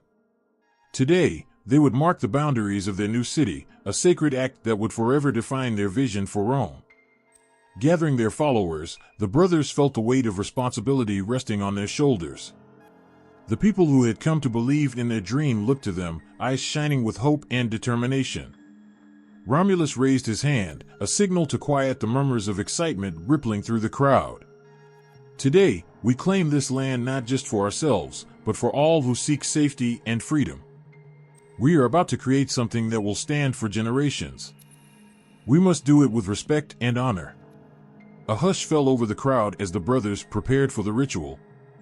This was not just about marking a physical space, it was about setting intentions for the city, establishing a foundation for the values they wished to uphold. The act of marking the boundaries was sacred, imbued with the essence of their ancestors and the spirits of the land. They would be creating a sanctuary, a place that would welcome all who sought refuge from chaos and tyranny. Romulus stepped forward, holding a plow, a symbol of new beginnings and the hard work they were willing to put into this dream. This plow will carve the first line of our city, a line that symbolizes our commitment to the land and to each other. It represents our determination to cultivate this place into a home. He felt the weight of the moment, the history they were about to create. His heart swelled with pride and a deep sense of purpose. With great care, Romulus drew the plow through the soil, marking a straight line. As the earth parted, it felt as though he was not just carving into the ground, but into the very essence of their future. Each inch of earth they claimed held stories of bravery, resilience, and the hope for a better tomorrow. Remus followed closely, drawing lines perpendicular to Romulus's, his movements fluid and deliberate. Together, they formed a rectangle, a sacred space that would soon be filled with life and promise. As they worked, the crowd watched in reverent silence, feeling the weight of the moment. There was something almost magical in the air, a feeling that they were witnessing the birth of something extraordinary.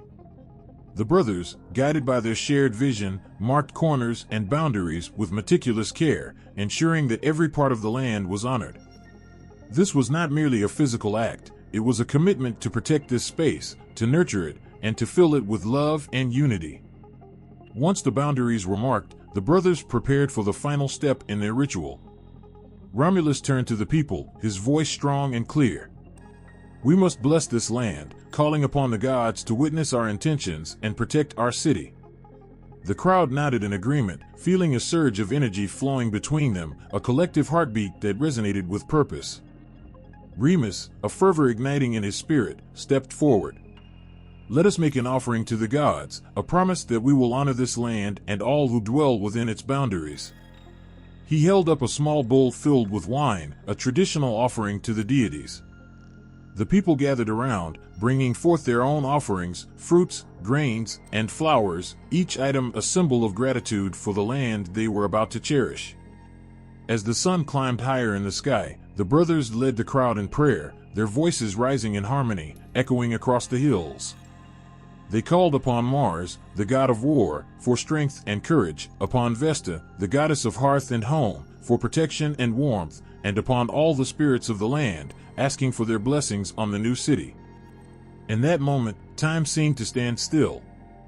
It was a powerful connection, a bond that tied them all together in a shared purpose. When the prayers had ended, Romulus poured the wine over the freshly plowed earth, soaking the ground in a rich, red offering.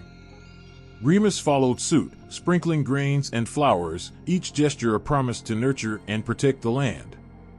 The crowd watched in awe, feeling the gravity of what they were creating. This was more than just a city, it was a sanctuary born from their dreams, their struggles, and their unbreakable bond.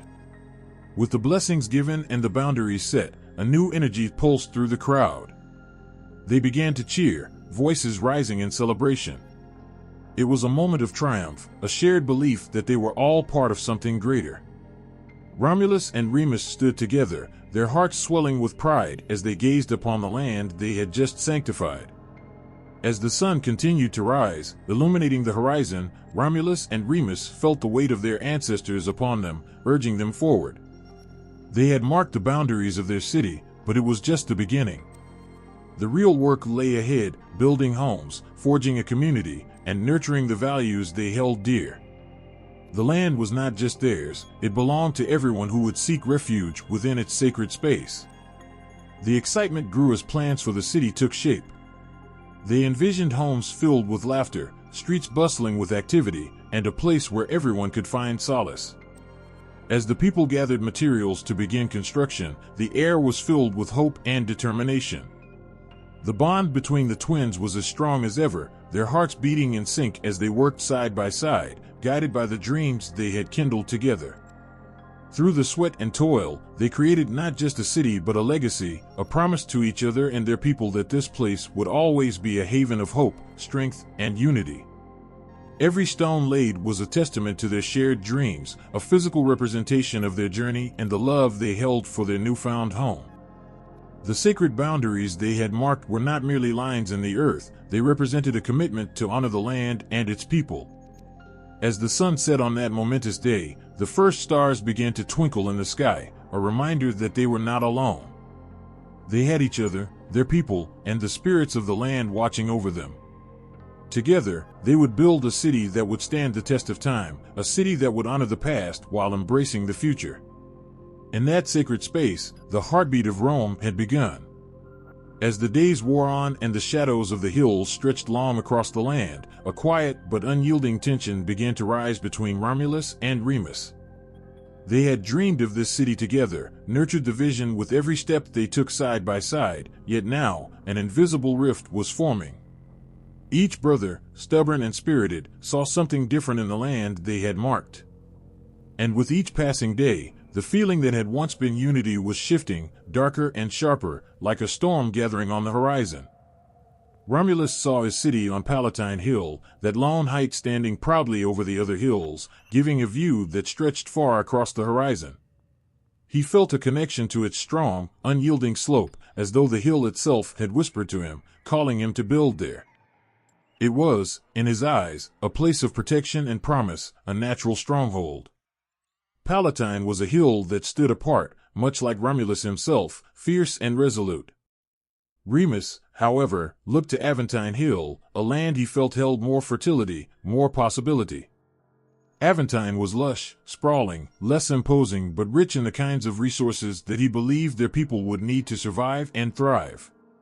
To him, it was not about grandeur or might, it was about community, about growth. He could already envision homes nestled into the sides of the hill, the sounds of children's laughter filling the air. To him, this was the beating heart of their city. What had once been a shared vision, a single heartbeat, began to fracture. Each brother, so determined to build what he believed was best, held his ground. They spent nights around the fire in uneasy silence, neither willing to yield. Romulus would stare into the flames, his jaw clenched, the firelight dancing in his eyes, while Remus sat beside him, arms crossed, his face shadowed with frustration. One night, as the tension reached its breaking point, they finally spoke. The silence shattered as Romulus, his voice rough with conviction, looked at his brother and said, "Palatine Hill is where Rome belongs. It's strong. It's high. It's defensible." Remus, his voice quieter but no less passionate, replied, "And Aventine is where our people belong. It's rich, Romulus. It's full of life. We need more than strength, we need a place to grow." The argument, once quiet, erupted. Words that had never before been spoken between them, words of anger and pain, filled the night air. Romulus, usually controlled, now felt his temper burn fiercely. And Remus, too, felt a defiance he'd never felt before. They were both torn between love for their dream and loyalty to each other, yet both too headstrong to bend. The people around them sensed the change. Friends who had once watched the brothers as a pair now saw them as rivals. They began to whisper among themselves, trying to predict who would lead the city, who would claim its highest honor. Some believed in Romulus's vision, a city that was fierce, proud, and unyielding. Others felt drawn to Remus's dream of a Rome that would grow freely, grounded, and enduring. The brothers were aware of this divide, and it only served to stoke their frustrations. Every passing day, every new conversation, seemed to pull them further apart. Romulus, standing atop Palatine Hill, would look down at the land, envisioning his city rising from the earth like a fortress. In his mind, he could already see the walls stretching around it, strong and tall, impervious to any outside threat. But he would turn, and there in the distance he would see his brother on Aventine Hill, gazing back, as if silently challenging him. Each brother felt a growing ache, a gnawing sense of betrayal. It was a betrayal they did not voice aloud but felt deeply within their hearts. This was supposed to be their city, their shared dream, and yet they could not agree on where its roots should take hold. One morning, at the break of dawn, Romulus stood on Palatine, watching the sun rise, casting long rays over the valleys. His heart was heavy, his thoughts racing. He clenched his fists, his frustration growing with the intensity of the light. He looked over to Aventine, wondering if Remus was there, feeling the same conflict. It was as if the hills themselves had created a divide between them, a distance that seemed too vast to cross. Remus, on his hill, was feeling the same turmoil. He paced the ground, feeling every step weighted with his choice. He believed in what he saw for Aventine. Yet, he could not shake the feeling that this division was tearing at his heart, that every day he and Romulus drifted further apart, a divide neither of them could bridge. He wanted peace with his brother, but he could not surrender his vision of what Rome should be. As the days turned into weeks, the conflict between the brothers grew, an invisible scar deepening between them. They had fought side by side for so long, conquered so much, yet now, over a decision as simple as location, they found themselves at odds. Romulus's determination hardened. He became resolute, steadfast in his choice. In his eyes, Rome deserved to stand tall and proud, a place that could command respect. And if it meant losing Remus's support, he would still carry on. Remus, too, felt his spirit harden. He was no longer willing to follow Romulus blindly. His love for his brother was unshaken, but his heart told him that Aventine was the place for their people. He saw a future there, one that was not about power, but about home. As tensions escalated, the people around them began to take sides. What was once a family bond, unbreakable and sacred, had now turned into a rivalry. And each brother, in his stubbornness, was unwilling to yield, even for the love they once held as sacred. The land that had brought them together as children was now the very thing pulling them apart. Yet, even as they stood on opposite hills, gazing out across the city that was to be, each felt the weight of what they were about to lose. Rome was supposed to be a place of unity, of brotherhood, but in their conflict, it was becoming a symbol of division. And each wondered silently, painfully, if the price of their dream was worth the bond they were about to break forever. The sun hung low over Palatine Hill, casting a golden, haunting light across the earth. A tense silence fell between Romulus and Remus, one heavy with the weight of everything left unsaid. It was a silence born of pride, of stubbornness, of two brothers who had once shared everything but now found themselves divided by something invisible yet unbreakable. Each believed in his vision for Rome, and neither was willing to surrender his dream. This was not the silence of peace, it was the calm before a storm neither could stop. Romulus had marked the sacred boundaries of his city, driven by an urge as old as Rome's hills, a feeling that his purpose was bound to this land, that his destiny was to build a place that would stand as a testament to strength and resilience. He placed stone after stone, marking the outline with his own hands, pouring his heart into every placement. This was Rome's birth, and he was its father. And yet, even in this act of creation, he could feel Remus watching him from afar, that silent presence more unsettling than any words his brother could have spoken. Remus, standing nearby, felt his own heart swell with emotions he couldn't control, anger, frustration, and a grief he didn't fully understand. He watched as Romulus drew the line, a line that would mark not only the boundary of a city but a divide between them. The very thought burned in Remus's chest, and without thinking, he crossed it, stepping over that boundary, challenging its meaning, challenging Romulus's claim to it. It was a daring act, perhaps foolish, but it was also one born out of desperation. He had lost something, his place beside his brother, his role in the dream they had once shared. And now, in one simple movement, he crossed that invisible line, crossing Romulus's claim with a quiet defiance. The act sent a shock through Romulus, and suddenly, all of his anger, his pride, his frustration with his brother, rushed to the surface. For Romulus, it was not just a boundary Remus had crossed, it was a rejection of everything he had been building. Rome was his legacy, his heart, and Remus had stepped on it, as though it meant nothing. His voice, low and filled with fury, echoed across the hill. "Why, Remus?" he demanded. "Why couldn't you let me have this?" Remus, his voice bitter but also wounded, replied, "Is it only yours, Romulus? Are we not both sons of Mars, both brothers born to this land? You don't own Rome. You can't mark it and say it's yours alone." In those words, and the tension that hung between them, centuries of legend and myth seemed to tremble. The bond of blood that had once been their strength now felt like a chain, binding them in a struggle neither could escape. And as Remus stepped over the line once more, there was a flash of rage, a moment when emotion drowned out reason, when years of love and loyalty were lost in the fire of pride. In that instant, Romulus acted, his hands driven by a force he would never fully understand or forgive. Remus fell, the life leaving him as swiftly as breath in the cold night air, his eyes still locked on his brother's. And as he lay there, the realization settled upon Romulus like a weight too heavy to bear. He had struck down his own blood, the brother who had shared his earliest memories, his dreams, his very life. In one irrevocable moment, Rome had been born, but at a cost he could never have imagined. Romulus stood over his fallen brother, the quiet broken only by the whisper of the wind. He could feel the depth of his own actions, the immense silence of a world changed forever. His heart shattered, his vision blurred by a grief so profound it was beyond words, beyond tears. He had built his city, but in doing so, he had destroyed a part of himself. Remus lay still, his face calm, a peace that Romulus would never feel again. In the days that followed, Romulus would carry the weight of that moment within him, the memory of Remus haunting every stone, every street, every corner of his new city.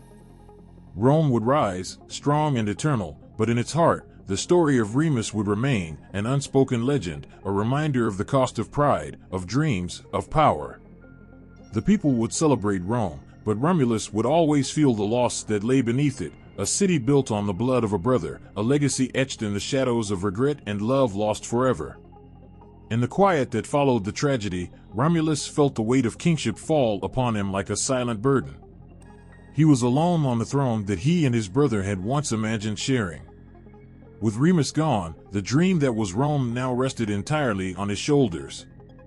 The cost of that dream had been unbearable, yet here he stood, the ruler of a city not yet born but already tied to loss and sacrifice.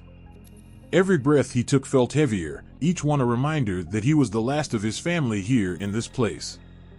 He alone would carry forward the vision he had nurtured with his brother. Romulus looked over the empty fields, the winding Tiber River, and the rugged hills.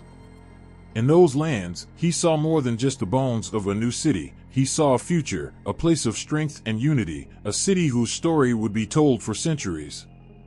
He wanted Rome to stand like a beacon, unshakable and powerful, a city where loyalty and resilience would become the bedrock of its people.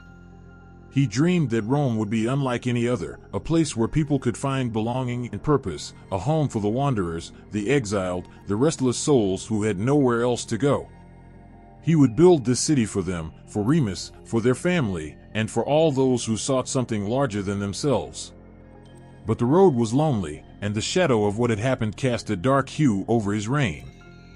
People looked to him, searching his face for the strength and wisdom of a king, but Romulus felt more like a brother haunted by memory. He knew that every decision he made, every law he decreed, would carry his brother's spirit, for Rome had been their shared dream. Yet the pain within him also sharpened his resolve, and in that pain, he found a strange kind of clarity. He would forge a city that could withstand the trials of time, a place that would stand tall long after he was gone, a place that would honor Remus's memory and the promises they had made. In the days that followed, Romulus called the people together, men and women from all around, the few loyal followers he had managed to inspire, the wanderers who had heard rumors of this new city. With his voice steady but his heart heavy, he spoke to them about what Rome would mean. Rome will be a city for the strong, he declared, his voice ringing out into the vastness. A place where no one need be alone, where loyalty and courage are valued above all else. Here, we will build something that cannot be broken, a place where those cast aside will find purpose. This city will be more than just walls and stones, it will be a family, a bond as strong as blood. The people who had gathered around Romulus were moved by his words, sensing the depth of his conviction, though they could only guess at the personal cost behind it. To them, Romulus was more than a man, he was a force of will, a leader born of hardship. In his eyes, they saw both a fierce determination and a sorrow that made him seem somehow more human, more relatable, even as he took on the role of their king. Romulus began to build not only the physical structures of Rome but its spirit as well. He laid down laws that would bind people to one another, rules that would foster unity and loyalty. He encouraged his followers to look out for each other, to form bonds that would grow stronger with time. And as the first walls of Rome began to rise, so too did the spirit of the city. Romulus walked among his people, learning their names, hearing their stories, and he saw in each of them a reflection of the dream he and Remus had once shared. With each brick, each stone, he felt that dream becoming real, inching closer to the city he had envisioned in his heart. Still, there were nights when he would climb to the top of Palatine Hill alone, looking over the land he now ruled, his heart heavy with the memories of his brother. He would imagine Remus standing beside him, sharing in the pride and pain of it all. Romulus would talk softly into the night, as though his words could reach across the divide between life and death. "Look, Remus," he would whisper, "Rome is growing. Just like we dreamed." As the seasons passed, Rome began to attract more people, those drawn by the promise of a fresh start, by tales of a king whose strength and sorrow were legendary. Romulus embraced each newcomer, weaving them into the fabric of the city, and slowly, Rome became a place of refuge, of loyalty, of strength. In every act, every judgment he passed, every encouragement he offered, he carried his brother's spirit with him, ensuring that Rome would always be a city shaped by both their hands. But even as Romulus grew into his role, he knew that the weight of his choices would never leave him. He would forever be the king who had lost a brother, who had built a city on the edge of heartache. Yet, in that pain, he found purpose. Rome would stand as a testament to resilience, to bonds unbroken even by death. And in the quiet moments, as he looked over his city, he felt that perhaps, in building Rome, he had not only fulfilled his own destiny but had kept his brother's spirit alive as well. Romulus's reign began with loss, but it would be remembered for his unyielding vision, for the strength he poured into every corner of his city, for the way he turned grief into greatness. Rome would rise, and with it, the legend of Romulus would grow, a king forged by tragedy, a city built in memory, a bond of brotherhood that would live on as long as Rome's walls stood tall. And as the city came alive with the spirit of its people, Romulus knew that he had given Rome more than just a ruler. He had given it a soul. The dust had hardly settled on the early walls of Rome when Romulus, with a fierce determination and a heavy heart, turned his attention to what would be the lifeblood of the city he had brought into being. It wasn't enough to lay bricks and call it a city. Rome needed more. It needed structure, laws, a vision so strong that it would be carried by every citizen like a torch through the generations. Romulus knew that for Rome to last, it had to be more than just stone. It had to have a soul bound by loyalty, justice, and strength. He gathered his people, standing before them with the bearing of a man who had walked through fire and emerged scarred but unbroken. In his voice, they heard the passion of someone who had known loss, someone who had fought and sacrificed to bring them to this point. The task before him was enormous, to transform this collection of settlers, refugees, and adventurers into a unified people, bound not by blood but by something deeper, something lasting. With that in mind, Romulus began laying the foundations of Roman law, gathering the elders, the wise men, and those he trusted most around him. Together, they forged the first laws, simple yet powerful, guidelines meant to protect the weak and bring justice to the wronged. Every law was like a stone laid down with intention and care, each one adding to the weight and meaning of this new Rome. People would know that within these walls, justice held sway, that here, in this young city, there would be order, fairness, and protection for those who needed it most. Romulus's vision for governance was one rooted in service and strength. He appointed men who understood the burden of leadership, who knew that power was not for their own glory but for the good of Rome. These men, called senators, would become the voice of the people, their protectors and their advocates. As Romulus looked upon these first senators, he felt a spark of hope. These men, each one chosen with care, would be Rome's pillars, carrying the weight of the city's dreams on their shoulders. But Romulus knew that laws and governance were not enough on their own. Rome would need defenders, guardians who would protect the city with the same fierceness that he himself felt. So, he turned his attention to the creation of an army, not a haphazard band of fighters, but a true military force. He trained men who would embody Rome's resilience, men who would become a shield for the city and its people.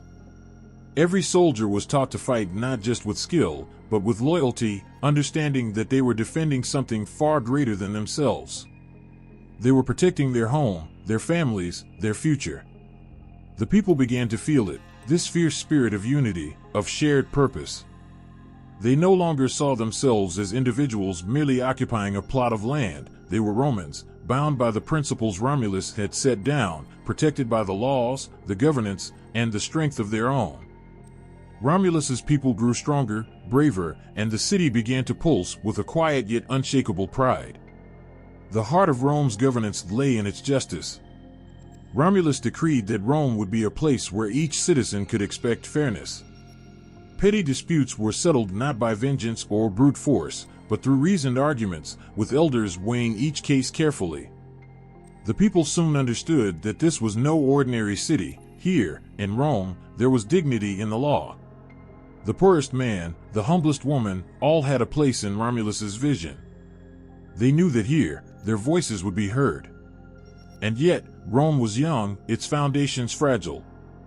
Romulus knew that every step forward was an act of faith.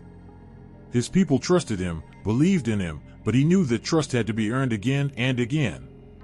He spent his days walking among the citizens, listening to their fears, their hopes. He became a king not just in title but in spirit. He shared in their triumphs and their sorrows, and through this, Rome grew stronger. With every law, every decision, Romulus wove the threads of a city that would endure. When he spoke of Rome's future, he did so with conviction. He told his people that Rome would be a sanctuary, a place where every Roman would stand shoulder to shoulder, each one bound to the other by loyalty and pride. And as his people listened, they could see in his eyes the love he bore for them, for the city, for the legacy he was building brick by brick. The army, now trained and prepared, stood as a testament to Rome's strength. No longer were they just a band of men with swords, they were a force bound by purpose, each soldier's loyalty as unbreakable as the stone walls they protected. They were not just warriors, they were Romans, the first line of defense for a city destined to rise. They knew that their role was sacred, that they carried with them the weight of Romulus's dream, a dream shared by every citizen within those walls. People looked to Romulus with respect, with gratitude. They saw in him a leader who carried not only the burdens of the present, but the vision of a future Rome, a Rome that would stand for generations. He had given them more than laws, more than governance. He had given them a bond, a belonging. They had come to understand that they were part of something greater than themselves, part of a story that would continue long after they were gone. And so, with the foundations laid, Rome began to breathe, to grow, to live. Romulus had given them the tools to shape their destiny. The people now knew what it meant to be Roman. They could feel it in the strength of the laws, the protection of the soldiers, the wisdom of the senators. And at every glance, and every nod, and every word spoken between them, they felt the unspoken promise Romulus had made, that this city, their Rome, would endure. The city was theirs to protect, to nurture, to love. Rome was no longer a vision, it was real. It was built on the strength of its people, on the courage of its soldiers, on the justice of its laws, and on the boundless hope Romulus carried in his heart. As the sun set over the hills, casting a golden light over the walls and streets, Romulus stood among his people, knowing that they were not just building a city, they were building a legacy. The city pulsed with life, each heartbeat echoing with the spirit of Rome, a city destined to endure through the ages, held together by the unbreakable bond of its people. Thunder rolled across the sky, a powerful rumble that silenced the murmurs of Romulus's people. Each rumble was a reminder that the gods were always watching, their invisible hands intertwined with the lives of mortals, shaping destinies, casting shadows, and guiding them toward greatness or ruin. From the day of his birth, Romulus had lived under the watchful eyes of the gods, and as he built Rome, he was reminded, time and again, of their presence. Their signs were everywhere, in the flight of birds, in sudden storms, in whispers carried by the wind. The gods had not only breathed life into Romulus's existence, they had written his fate into the stars. Romulus grew up feeling the strength of Mars, the god of war and his divine father. To others, Mars was a distant deity, fierce and unyielding, but to Romulus, he was part of his very essence, a flame that burned within him, pushing him forward, giving him courage in his darkest hours. This connection with Mars was not merely a privilege but a responsibility, a reminder that he was chosen. He could feel his father's spirit during times of battle, a presence that steadied his hand and sharpened his instincts. Mars was more than just a symbol of war. He was a guide, a force that taught Romulus the values of strength, honor, and resilience. Each time Romulus stood in the open fields, gazing up at the boundless sky, he could feel the immense weight of the gods' gaze upon him. They demanded greatness from him, and he knew he could not falter.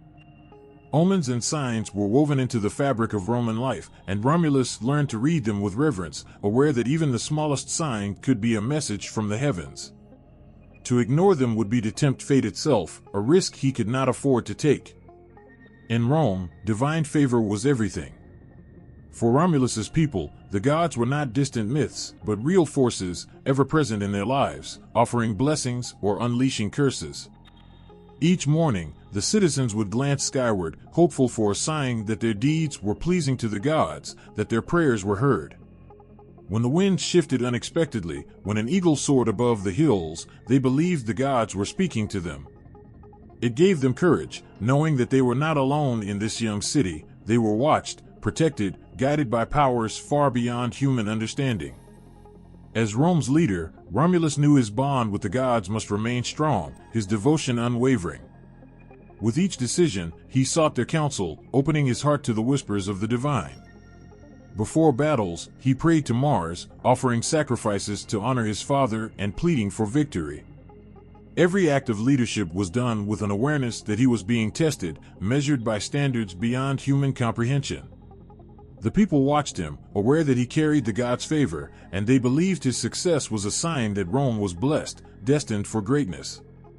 Once, before a critical battle, a raven flew over Romulus's head, circling him 3 times before disappearing into the sky. To many, it was just a bird, a creature of the earth. But to Romulus, it was a sign from Jupiter, a divine assurance that victory would be his. With a heart swelling with confidence, he led his men forward, fearless in the knowledge that the gods were with them. And as they triumphed, the people's faith in him grew, their loyalty solidified by the belief that their leader was truly chosen. Rome itself became a place of worship, with altars and temples honoring the gods who protected them. Each structure was more than stone and mortar. It was an offering, a gesture of humility, a way of saying, "We know you are here." Romulus encouraged his people to honor the gods with rituals and festivals, moments where they could offer thanks and seek blessings.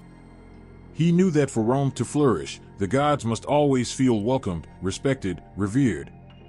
As he led his people, Romulus's respect for omens grew ever deeper. In the midst of uncertainty, he looked to the skies, to the stars, and to the natural world for guidance. When a storm gathered, he would wait, feeling the power of Jupiter himself in the thunder, listening for what the god might be saying.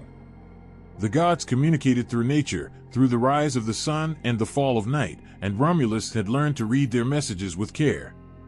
Each sign, whether in a rainstorm or the call of a lone wolf, was a reminder that he was never alone in his quest to lead Rome. In moments of sorrow and loss, when the weight of leadership grew almost unbearable, Romulus found comfort in the god's presence. He would close his eyes, seeking Mars, seeking his father, and feel a warmth that gave him strength to continue. It was this divine support that allowed him to push through each challenge, knowing that his suffering was not in vain, that he was part of a plan greater than his own life. The gods were sculpting him, molding him into the leader Rome needed, and he would endure whatever they demanded, if only to fulfill his purpose. For the people, the signs of the gods' favor in Romulus's life were a beacon of hope. They believed that his victories, his resilience, his wisdom, all came from the divine. Their faith in Romulus was as much about their faith in the gods as it was about their loyalty to him. They saw him as the bridge between the human and the divine, a man whose soul was touched by powers far beyond the mortal realm. When Romulus spoke, it was as though Mars himself were speaking through him, a voice of authority that none could question. Through Romulus, the people felt a closeness to the gods they had never known before. They believed that, through him, they were blessed, that Rome itself was watched over by the gods with love and care. Each day, as they went about their lives, they would think of Romulus and feel a sense of pride, knowing that they lived in a city blessed by divine favor, a place where the gods themselves had laid a claim. And Romulus, in his heart, carried this belief with solemn joy. He knew he was mortal, but he also felt that the gods had chosen him for a purpose that would extend far beyond his lifetime. They had given him Rome to care for, to nurture, to protect. It was a gift, yes, but also a duty he would fulfill with every breath, every heartbeat, every decision. As he stood atop the hill overlooking his city, Romulus could almost feel the gods beside him, their silent presence filling him with a strength that would not waver. Rome was no ordinary city. It was a place blessed by the gods, a sanctuary where the mortal and the divine met, a home for people who lived with the knowledge that the gods watched over them, guided them, and protected them. And as long as Romulus lived, he would lead his people with this knowledge, with the weight of divine favor upon his shoulders, knowing that his fate and the fate of Rome were forever intertwined in the tapestry of the gods. In the early dawn light, as the city of Rome slowly came alive, Romulus stood, looking out over his land with a silent reverence. To him, every shadow, every breeze, every whisper of the wind carried the presence of the gods. Romulus had lived his life under the guiding hand of the divine, and his reign over Rome was no exception. He knew that the gods were more than symbols, they were guardians, forces as real as the stones under his feet. He felt their influence constantly, a bond unbreakable, grounding him as he led his people. He believed the gods had chosen him for Rome, weaving his destiny with the very soil of the land, and he walked forward with faith, trusting that their favor would shape his every step. When Romulus took the throne, the Romans saw him as a man blessed by the gods. The people watched with bated breath for signs, feeling in their bones that his rule was more than human, more than a mortal's grasp for power. They saw omens in the sky, in the movement of animals, in the patterns of nature, each a mark of divine approval, each a promise that their city was destined for greatness. It was not just Romulus they trusted, but the gods who seemed to have their hand upon him. Each success, each victory, each act of wisdom felt like a gift from above, a reminder that Rome was a city marked by the divine.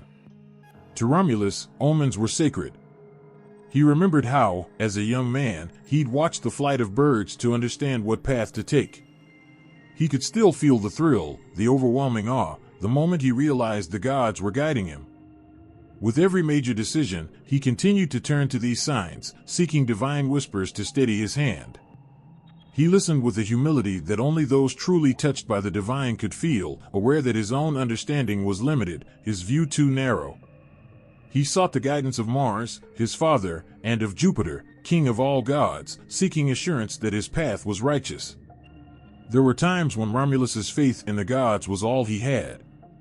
Battles loomed, challenges rose up like waves, and he found himself staring down overwhelming odds. In these moments, he looked to the heavens, searching for signs that the gods were still with him. The Romans believed with all their hearts that Romulus had been chosen, and their faith became a well of strength. Romulus, too, felt this, like a thread of warmth running through his chest, a reminder that he was never truly alone. Mars, the god of war, pulsed within him, a fierce, unrelenting force that brought courage to his spirit. The people of Rome shared his reverence for the gods, feeling the divine within their city's walls. They lived by Romulus's example, learning to watch the skies, to read omens, to honor the gods who watched over them. When an eagle soared over the hills, they whispered in awe, certain that Jupiter had sent it as a blessing. The Romans built temples, placed altars, and offered sacrifices, not out of fear, but from a place of trust and devotion. The gods, to them, were woven into the fabric of Rome itself, each day graced by their presence, each night under their protection. In the darkest moments, when Romulus faced threats to his city, he found solace in his connection to the gods. He believed that Mars, his father, had given him not just the power to lead, but the strength to protect his people from harm. The god of war was fierce and unyielding, yet Romulus felt his presence as a quiet, constant support, guiding his decisions, sharpening his instincts. And when he emerged victorious, the Romans looked to their leader with awe, knowing that his strength was more than human. He stood as a bridge between the gods and the people, a living reminder that their city was divinely favored. The rituals became part of the rhythm of life in Rome. Before every battle, Romulus gathered his soldiers and offered sacrifices, praying for victory and for the safety of his people. The soldiers followed his lead, bowing their heads and feeling the gravity of the moment. They knew that they were not just fighting for Rome, but under the protection of the gods themselves.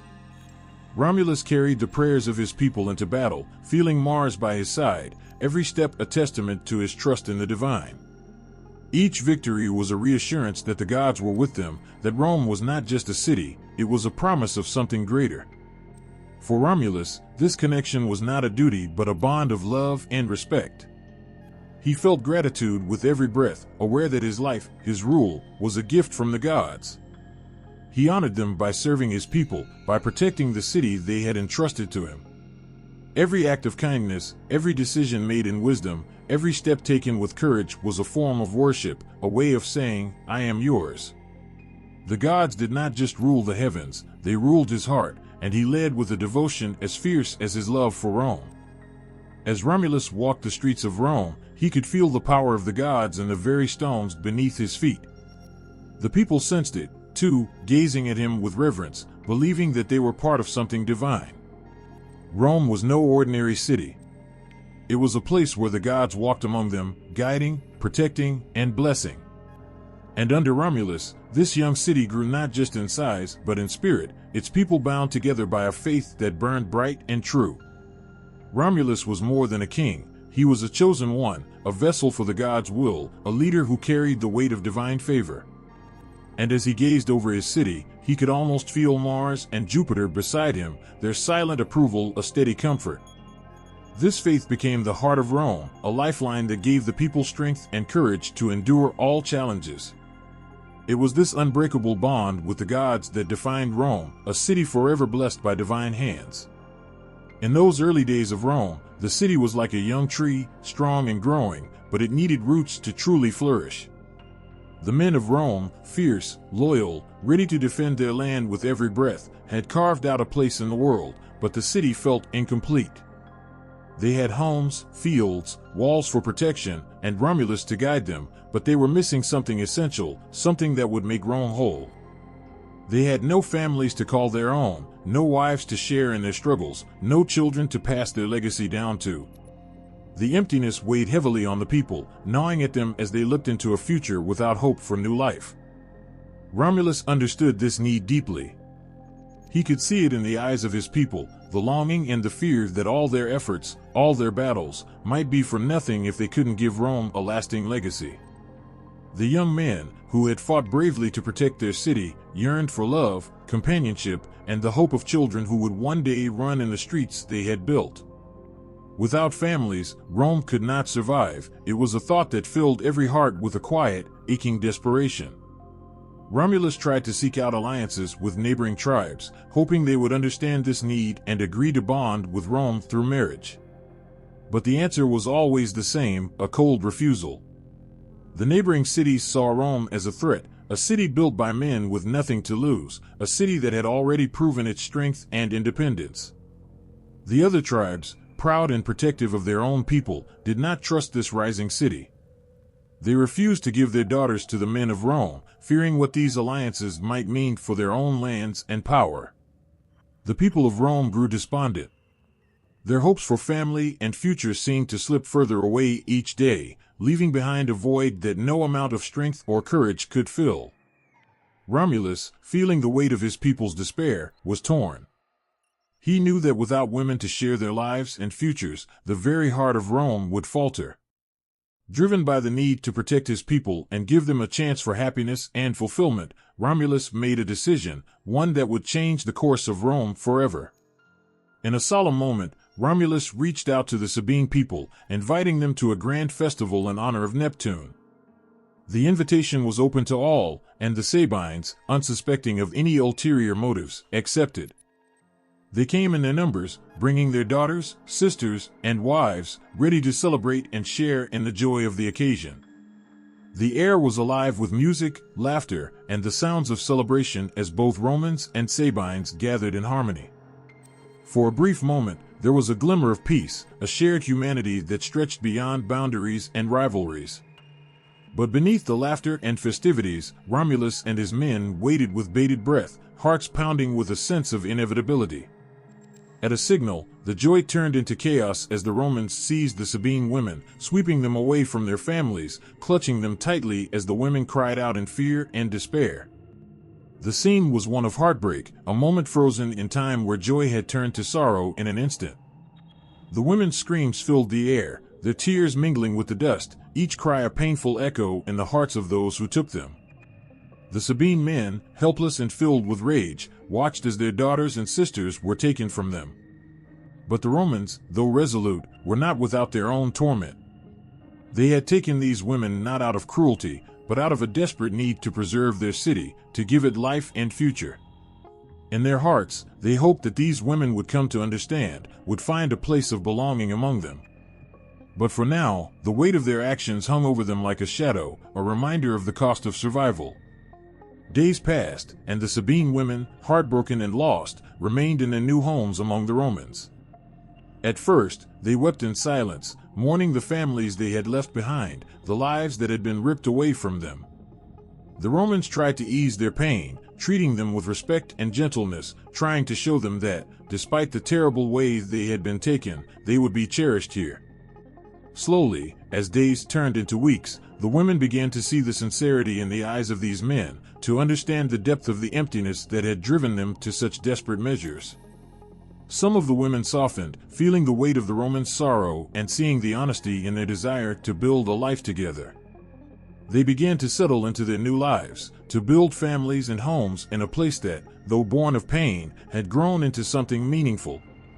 The bonds between the Sabine women and the Roman men became stronger with each passing day, born of a shared resilience and an understanding that together they were building something that could not be torn down.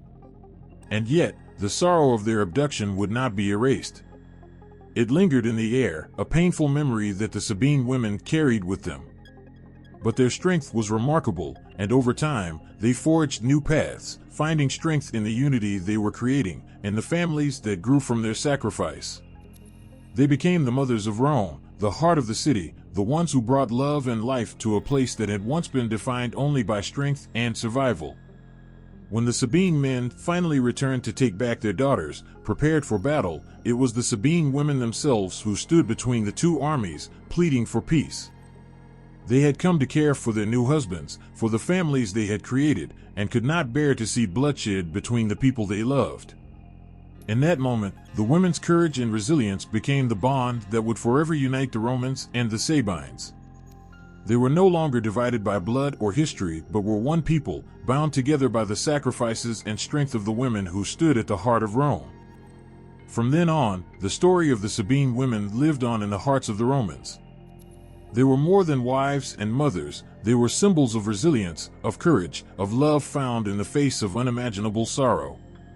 Their legacy became a part of Rome's soul, a reminder that even in the face of hardship and loss, something beautiful and lasting could grow. These women had not chosen their fate, but they had transformed it, turning a city born from desperation into a place filled with love, family, and hope for the future. In the hills surrounding Rome, a tension hung in the air as heavy as the first storm clouds of summer. After the Romans took the Sabine women in a desperate attempt to secure a future for their city, the Sabine fathers, brothers, and sons were left with a smoldering ache of loss and anger. They could not bear to see their daughters and sisters taken from their homes, and though days had passed, the pain of their absence had not dulled. They were determined to bring their loved ones back or die trying. So, the Sabines gathered, a formidable force driven by love, pride, and pain. Their king, Tatius, led them with a heart filled with righteous fury, feeling the weight of the Sabine families behind him. This was more than just a mission to reclaim their kin, it was a fight to restore honor, to mend the wound inflicted on their people's pride. As the Sabine army approached Rome, their resolve was unbreakable, their purpose as clear as the swords they carried. Rome, too, was preparing for battle. Though the city had only recently been born, its people stood strong and united, with Romulus leading them. These men who had once been outcasts and exiles now had families, homes, and a place in the world. They could not allow Rome to be broken by this storm, they could not let go of the lives they had worked so hard to build. Each man knew that his family depended on him, that his wife and children needed him to stand firm. But Rome also understood the weight of what it had done, the sorrow and pain caused by the abduction of the Sabine women. Their hearts were torn, caught between the drive to protect their city and the knowledge of the hurt they had inflicted. The day of battle dawned with an eerie calm, the skies gray and heavy as the Romans and Sabines faced each other outside the city's walls. The silence was thick, each side watching the other with fierce determination and simmering hurt. Then, with a sudden roar, the clash began. The sounds of battle filled the valley as swords met shields and cries rang out across the field. Fathers and brothers fought with a fury fueled by grief, while the Romans fought with a desperate need to protect their new lives. Each clash felt like an echo of the pain that had brought them here, each strike an expression of the loss and anger that could not be put into words.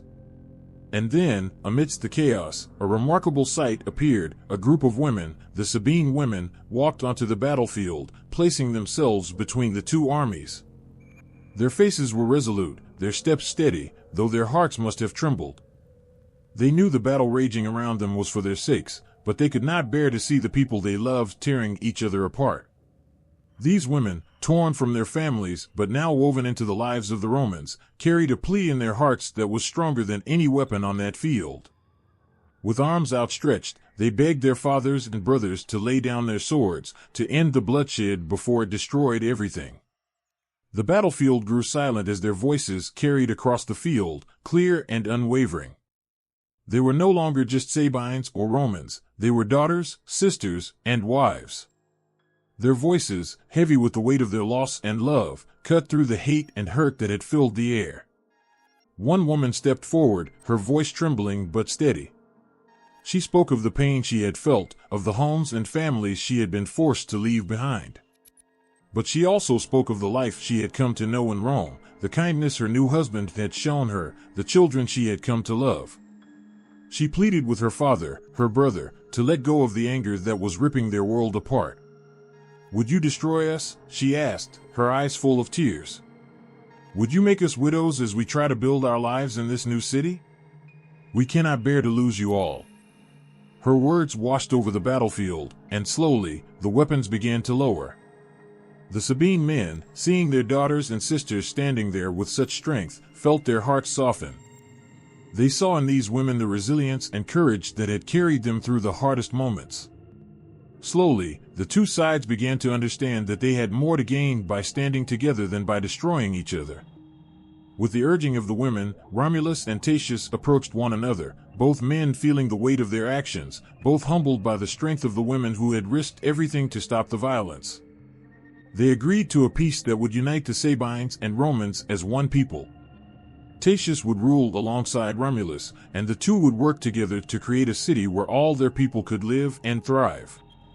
As they made their vows of peace, a sense of relief and gratitude filled the air. The Sabine men, though still carrying the sorrow of what had been lost, saw in their daughters' faces a hope for a new beginning. The Romans, humbled by the bravery of the women who had brought them peace, welcomed the Sabines as brothers.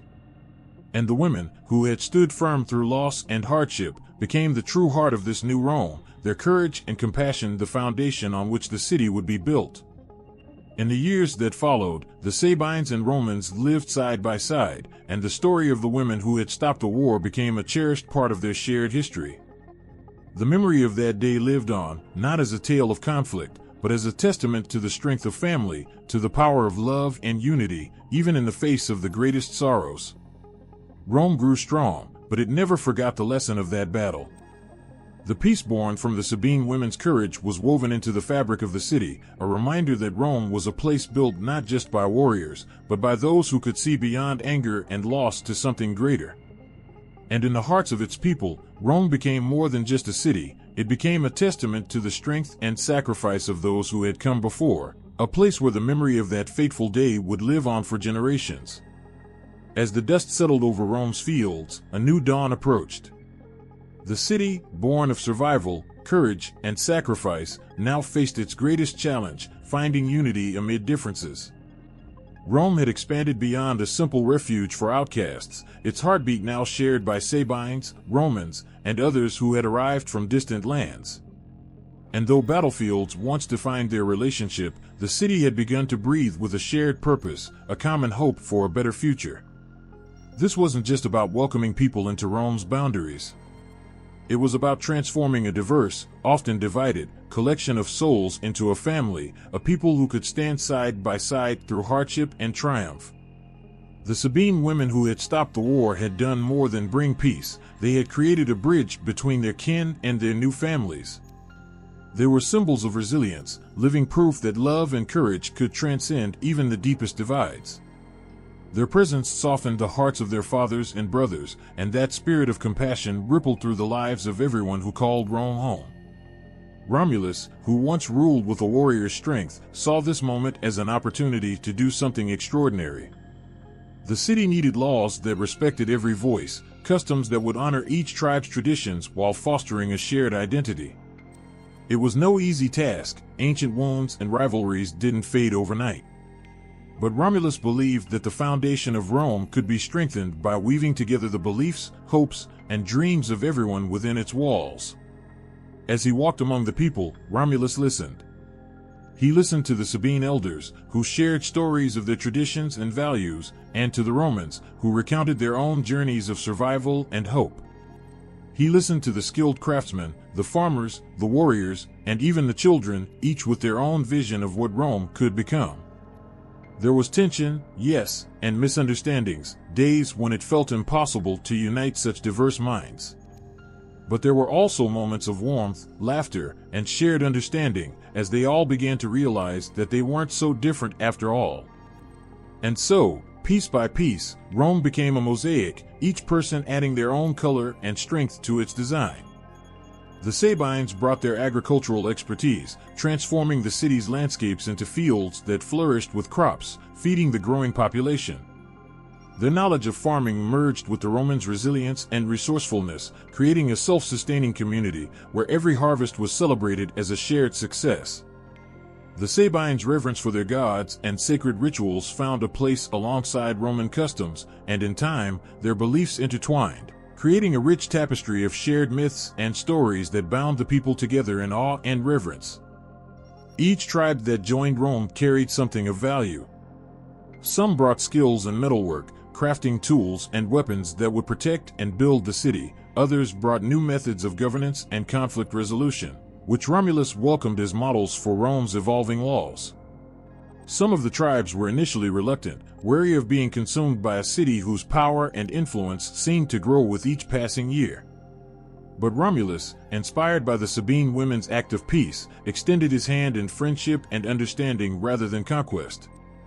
He encouraged Rome to become a place where people could honor their traditions, even as they pledged loyalty to a common vision. As the people worked and lived together, walls of prejudice began to crumble. Children played in the streets, learning both Roman and Sabine games, laughing in the language of kinship. Young Romans began to sing songs from Sabine lands, and Sabine children picked up the rhythm of Roman tales, sharing dreams of what their shared city could one day become. Festivals grew to include customs from each tribe, and soon, they were no longer Sabine or Roman celebrations, they were simply Roman. The city's identity grew from its rich soil, and every citizen, regardless of origin, felt its strength. In the evenings, around crackling fires, the elders shared stories of old rivalries but ended with new hopes, recounting the friendships they had formed with those they once saw as strangers. They spoke of forgiveness, of laying down past grievances, and of finding unity in purpose.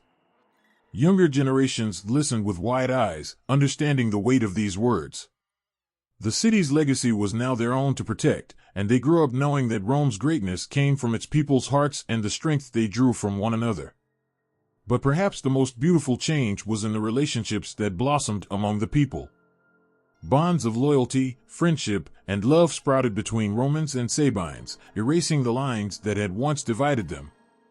Sons and daughters born of these unions became symbols of a new generation, a generation that no longer saw differences in origins but felt only pride in their shared home. They embodied a Rome that was woven from many threads, each distinct, but together creating something far stronger than any single strand. Romulus's vision of a unified Rome became a reality, not because of his laws or his rule, but because of the people's willingness to embrace each other. He knew that unity could not be forced. It was something that grew from the hearts of those who were willing to see each other as equals, as family. As he watched his people live in harmony, he felt a deep sense of pride, knowing that Rome was no longer just a city of stone and earth, but a living testament to what people could accomplish when they stood together. Rome's walls may have been built with stone, but its foundation was made of something far more enduring, the trust and hope of those who had chosen to see beyond their differences. And in time, as Rome's influence spread, the world would come to know the strength of this unity, the power of a people united not by force, but by the unwavering belief that they were stronger together. Through every struggle and triumph, the people of Rome found that they did not need to erase their pasts to create a shared future. Instead, they drew strength from the rich tapestry of their lives, finding in each thread a reminder of what they had overcome and what they could achieve together. As the early dawn light broke across the horizon, a quiet but determined tension settled over the young city of Rome. It was a city born of hardship, shaped by the perseverance of its people and the vision of Romulus, its founder. For years, Rome had stood as a sanctuary, a place of unity forged from once bitter divisions. But as the city grew, so did the sense that its borders were no longer enough to contain its spirit, its dreams, and its ambitions. Beyond Rome's hills lay lands unclaimed and challenges untested, lands that called to its people with a promise of greater strength, protection, and prosperity. And so began the first steps toward Rome's expansion.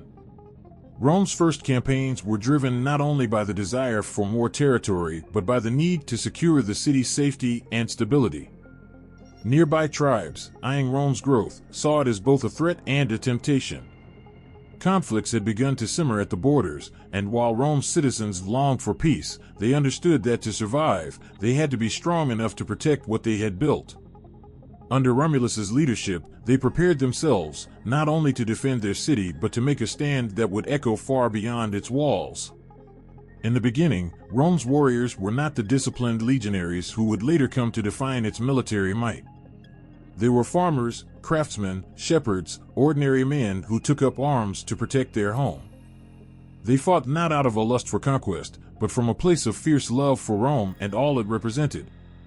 With every step they took onto unfamiliar ground, they were reminded of what lay behind them: families, homes, and a city that had come to symbolize the hope of something greater than themselves. It was that hope, that fierce loyalty, that gave them strength on the battlefield. The first campaigns were small, modest, yet each victory brought a new swell of courage. In the face of every hostile tribe, every fortified settlement, the men of Rome stood as a united force, inspired by the belief that their struggles were not in vain. These early battles were marked by raw, unrefined bravery. They fought with an intensity that came not from training but from necessity, from the knowledge that survival depended on their strength. Romulus fought beside them, leading by example, showing that he was not only their ruler but their equal in every battle, bearing the same risks and sharing the same hardships. His presence was more than inspiring, it was a reminder that this city was theirs to defend together. With each skirmish, each hard-won battle, Rome's influence stretched further. Villages once wary of Rome found respect in its strength, and neighboring tribes began to feel its presence as an undeniable force. Those who had once viewed Rome as a simple settlement, a fledgling city, now saw it as a power worth reckoning with. Some submitted, others were absorbed peacefully, and still others became loyal allies, joining Rome's cause and adding to its growing strength. Rome wasn't just expanding its land, it was expanding its spirit, binding together different peoples with a shared purpose. But expansion was not without loss. Each campaign came at a cost, and Rome's people bore the weight of this new path. They mourned every fallen soldier, every brave soul who had given their life for the vision of a stronger Rome. The city held ceremonies for the fallen, honoring their sacrifice, and their stories were passed down, their names etched into the hearts of the people. Romulus himself carried these losses with him, his heart heavy yet unbroken. He knew that every inch of land Rome claimed was won through sacrifice, and he honored that cost with a commitment to build a city worthy of such a price. The battles hardened the people, not only in skill but in unity. Through shared hardship, they became a family bound by more than blood. They were bound by purpose. The men who fought beside one another became brothers. The women who waited, who cared for the wounded, who sustained the city in their absence, became the city's backbone. Each person, whether on the battlefield or within Rome's walls, understood the weight of their role in Rome's destiny. As Rome's borders grew, so did its need for order and structure. Romulus began to shape Rome's early military, instilling practices that would lay the foundation for the organized force that would one day become legendary. These early steps were simple but transformative. The men learned discipline, strategy, and the strength of fighting as one. Romulus taught them not just to conquer, but to hold, to protect, to govern with respect for the people they brought into Rome's fold. This expansion was about more than just territory. It was about building a legacy of resilience and respect. With each victory, Rome's spirit grew stronger, its people more confident in their city's future. The land surrounding Rome began to echo with the sound of its resilience, and Rome's neighbors took notice, some with awe, others with fear. Rome had become more than a city. It was a symbol of what courage and unity could accomplish. It was a beacon for those who sought refuge and a warning to those who sought its ruin. Romulus's vision of Rome was clear. He wanted it to be a sanctuary, but one that could protect itself, a city that welcomed others yet stood unbroken. Every campaign, every new alliance, every piece of land brought into Rome's embrace added strength to this vision, and the people saw it, felt it, and believed in it. They understood that their struggles were building something that would last, something that would endure beyond their lives, beyond Romulus himself. They were not merely expanding Rome's land, they were expanding its spirit, its purpose, its destiny. And as the dust settled over each new territory, as the people of these lands looked upon the Romans with a mixture of respect and wonder, the truth became clear. Rome was becoming a city like no other, a city whose power was born not from greed but from the unity, courage, and sacrifice of its people. Its growth was inevitable, not because of its strength alone, but because of the unwavering conviction that fueled it. In the end, Rome's expansion wasn't just about military victories or land, it was about realizing a vision, building a place where people of all backgrounds could find a home, a purpose, a future. Every battle, every sacrifice, every hard-won piece of land became part of Rome's heart. And as Rome continued to expand, so did its promise, reaching out like a guiding light, a city destined to become a force that would shape the world. When Romulus looked out over the city he had fought to build, he didn't just see walls or temples, he saw a people yearning for something greater, something lasting. Rome was more than a city, it was an idea, a heartbeat that pulsed with strength, pride, and purpose. And Romulus, with every decision and decree, every lesson he passed down, knew that to make Rome truly endure, he would need to forge not just a city, but an identity. Romulus understood that a city's survival didn't rely solely on its defenses or leaders, but on its people, their beliefs, values, and shared sense of purpose. And so, he began shaping the very soul of Rome, cultivating a Roman spirit that would define and unite its people. His goal was simple yet profound, to craft a way of life that was unmistakably Roman, something that would set them apart and bind them together even in the hardest times. He began with honor. To Romulus, honor wasn't just an abstract concept, it was a way of life, an unbreakable code by which Romans lived and died. He taught his people that honor lay not just in strength or courage, but in loyalty to one another and to Rome. A true Roman, he declared, fought not for himself, but for the city, for the neighbor beside him. The Romans took this to heart, and a sense of loyalty and trust blossomed between them. They came to see each other as family, as fellow Romans bound by a duty to their city and each other. But honor was only one part of the foundation Romulus laid. He also instilled a fierce pride in their identity. Rome was a city built by those who had known suffering and hardship, a sanctuary for the exiled, the outcast, and the broken. Romulus made it clear that being Roman meant embracing one's origins, no matter how humble, and rising above them to create something beautiful. This pride was not boastful or arrogant, it was a quiet, resilient pride, rooted in the knowledge that they were all builders of Rome's future. To be Roman meant to believe in one's worth, regardless of birth or fortune, and to honor that worth by giving one's best to the city. Romulus also knew that courage was essential to Rome's character. He saw courage not only as a warrior's strength, but as the willingness to face the unknown, to confront fears with a steadfast heart. He taught his people that courage meant standing firm, whether on the battlefield or in the everyday struggles of life. For Romulus, courage was not just for the strong but for every Roman, a quality that would become their shield against any threat. In times of peace and in times of war, courage would be what held them together, the unseen armor that every Roman wore. In building this identity, Romulus also emphasized the importance of justice. To him, justice was the balance that allowed Rome to thrive, a principle that ensured fairness and protected the weak from the strong. He laid down laws, not as a means of control, but as a foundation of respect and equality.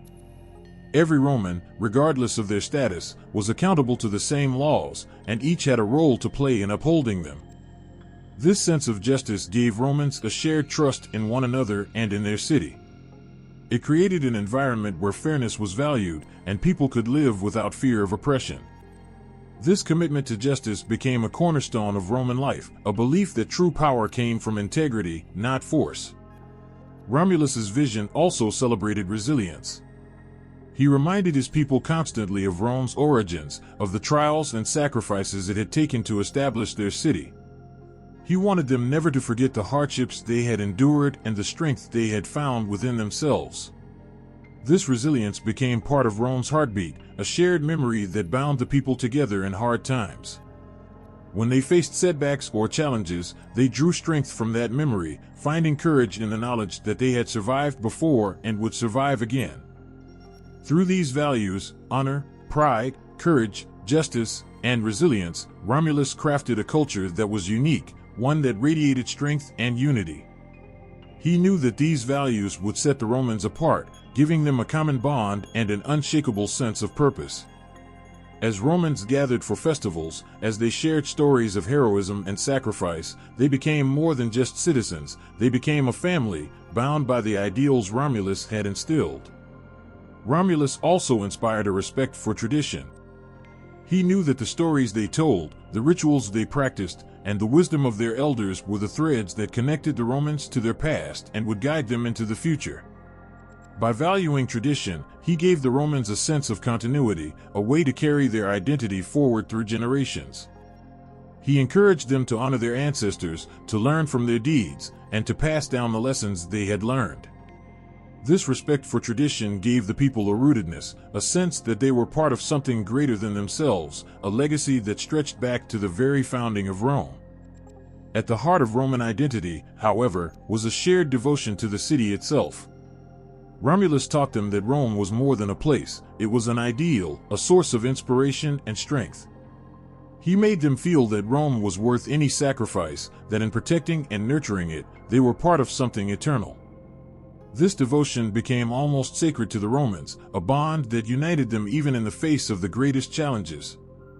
It was this unwavering love for their city that would carry them forward, generation after generation. Romulus's influence on Roman identity didn't end with his reign. Long after he had passed, his ideals continued to shape the lives of his people. Romans looked to him not only as a founder, but as a symbol of what it meant to be truly Roman. They remembered his teachings in moments of crisis, and they passed his values on to their children, who in turn passed them on to theirs. Over time, this identity that Romulus had carefully crafted became the soul of Rome itself. Through Romulus's vision, Rome became more than a city, it became a legacy, a beacon of strength, unity, and purpose. It was this identity, forged by Romulus's wisdom and love for his people, that would carry Rome through centuries of triumph and hardship. His teachings gave the Romans a sense of belonging, of being part of a people with a shared destiny. And as Rome grew from a small city into one of the greatest empires the world had ever seen, it was this identity, honor, pride, courage, justice, resilience, tradition, and devotion that kept them strong, that made them Romans. One fateful day, Romulus vanished. The founder of Rome, the father of a nation, was gone, leaving only an empty throne and a mystery that would echo through the centuries. This wasn't an ordinary departure. Romulus had been the heartbeat of the city, the unwavering leader who had crafted Rome from the earth itself, guiding it through war and peace, weaving strength into its people. And now, in a way that was both sudden and beyond understanding, he had disappeared. The day had been strange from the start. The sky above Rome grew restless, shifting from bright morning sunshine to ominous, swirling clouds. The people sensed something was coming, though they couldn't name what. As they went about their lives, their eyes turned to the heavens, and tension filled the air, thick as storm clouds. When word spread that Romulus would address the city, people gathered with reverence, drawn by their love and respect for the man who had given them their identity, their home. Witnesses later swore that as Romulus stood among his people, the sky darkened further, and the air grew electric. Then, without warning, a thunderous crack split the heavens, and the earth seemed to tremble beneath their feet. In an instant, Romulus was enveloped by a great, swirling cloud, his form swallowed by mist and shadow. The crowd fell silent, their breaths caught in their throats. And when the mist cleared, Romulus was nowhere to be seen. The place where he had stood was empty, as though the earth itself had taken him back. Rumors spread like wildfire. Some said Romulus had been taken by Mars, his divine father, to live among the gods in reward for his greatness. Others whispered that he had ascended, his mortal body transformed by the power of Rome's spirit. Still others believed he had been taken in anger, that the gods had reclaimed him for reasons unknown. But everyone knew one thing: Romulus was gone, and his absence hung over Rome like a veil, heavy and unyielding. The people were left bewildered, struggling to make sense of the loss.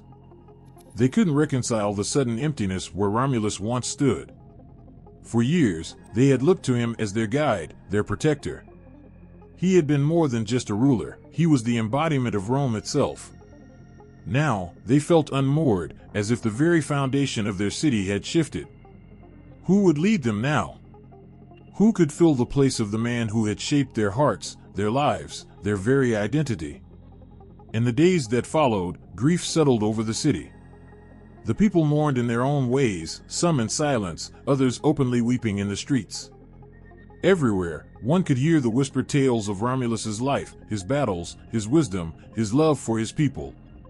Parents held their children close and shared the story of how he and his twin had survived against all odds, how he had built their city stone by stone, heart by heart. For the Romans, Romulus wasn't just a legend, he was the man they had known, who had walked among them, who had fought by their side. His absence was a wound that cut deep, leaving them longing, aching for the strength he had given them.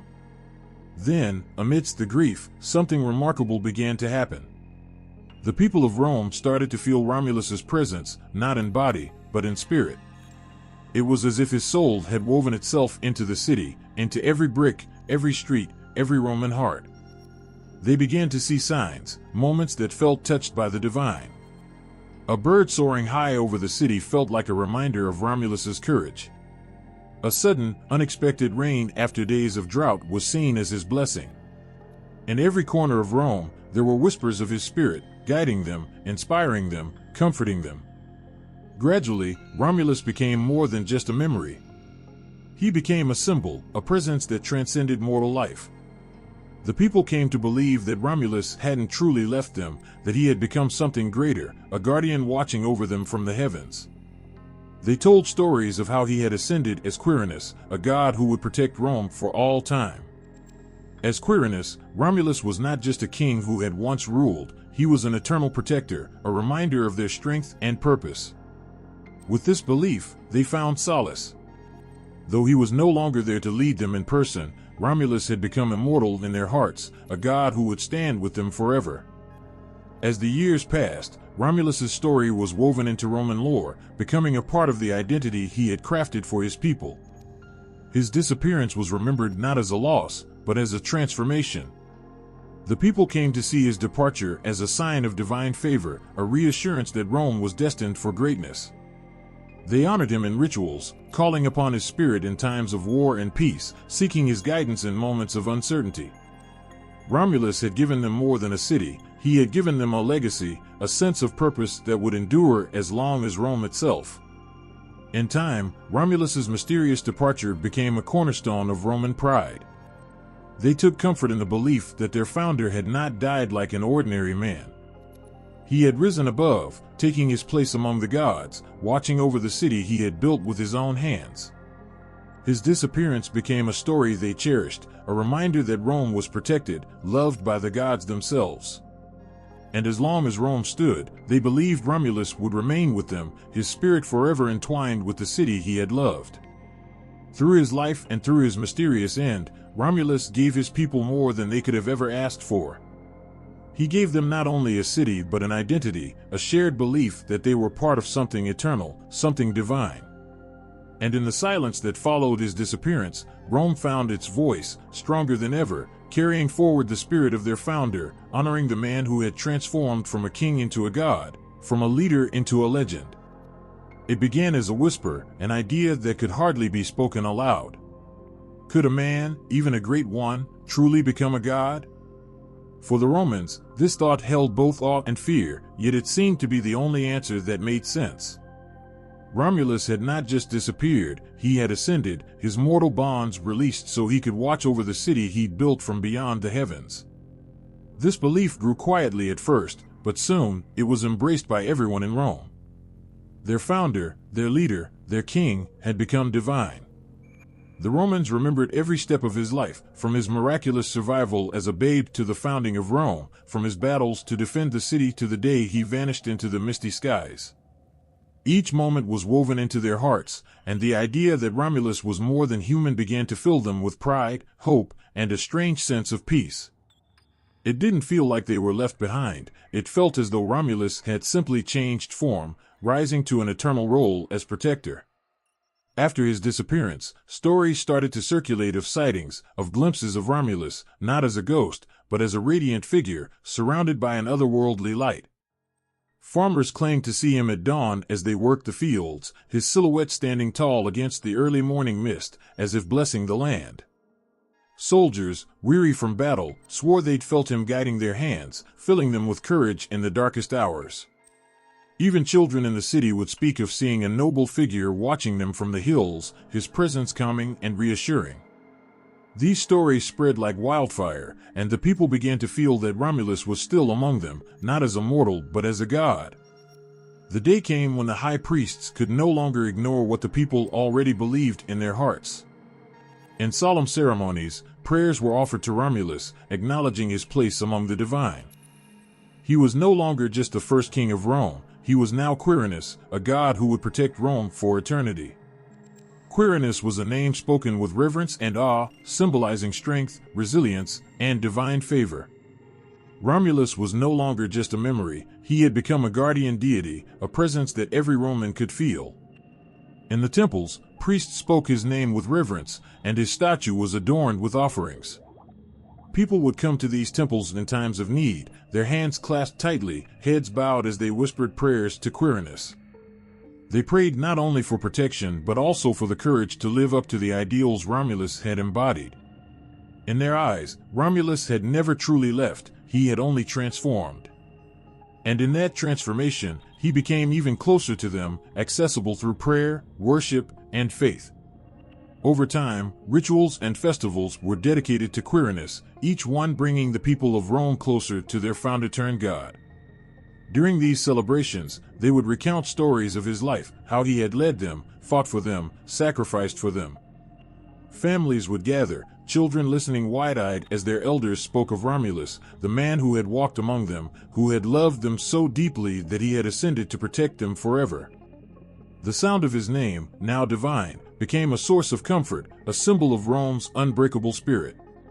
In battle, his name was invoked as a cry of strength and resilience.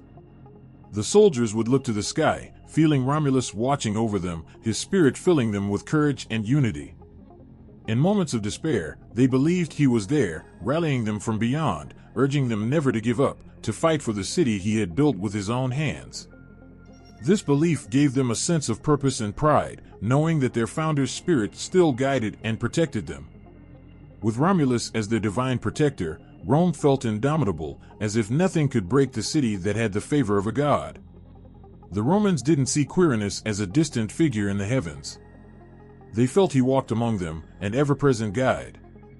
Farmers felt him in the soil they tilled, builders in the bricks they laid, mothers in the love they gave their children. Each person believed that Romulus, as Quirinus, was woven into the very essence of the city. He was there in every street, in every stone, in every heart that beat for Rome. And in this divine form, Romulus's legacy became eternal.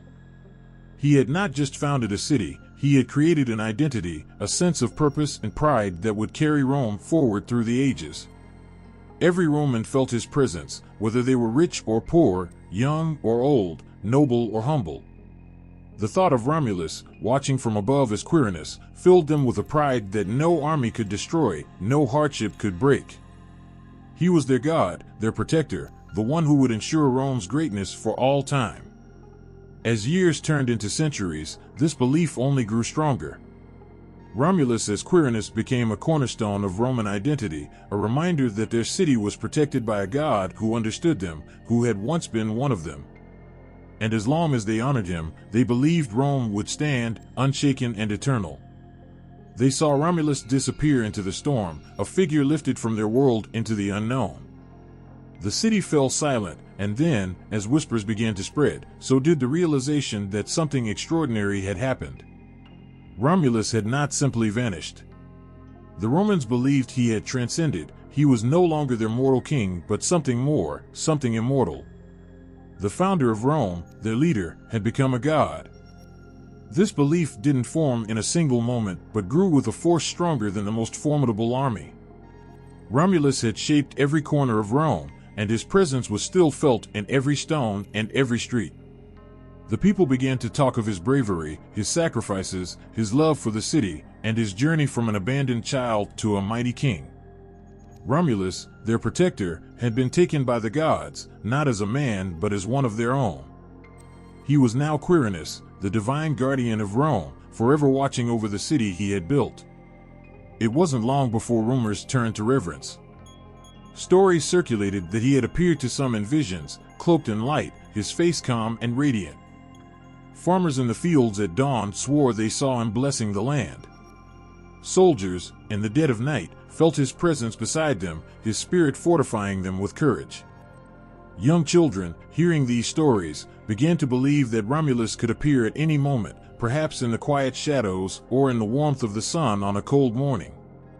They saw him not as a memory but as a god whose presence surrounded them, guiding and protecting Rome. The priests, unable to ignore the swelling belief of the people, began rituals and prayers in his honor. In the temples, Romulus's name was spoken with a newfound reverence. They called him Quirinus, a name that held both awe and affection, as they looked upon him as their divine protector.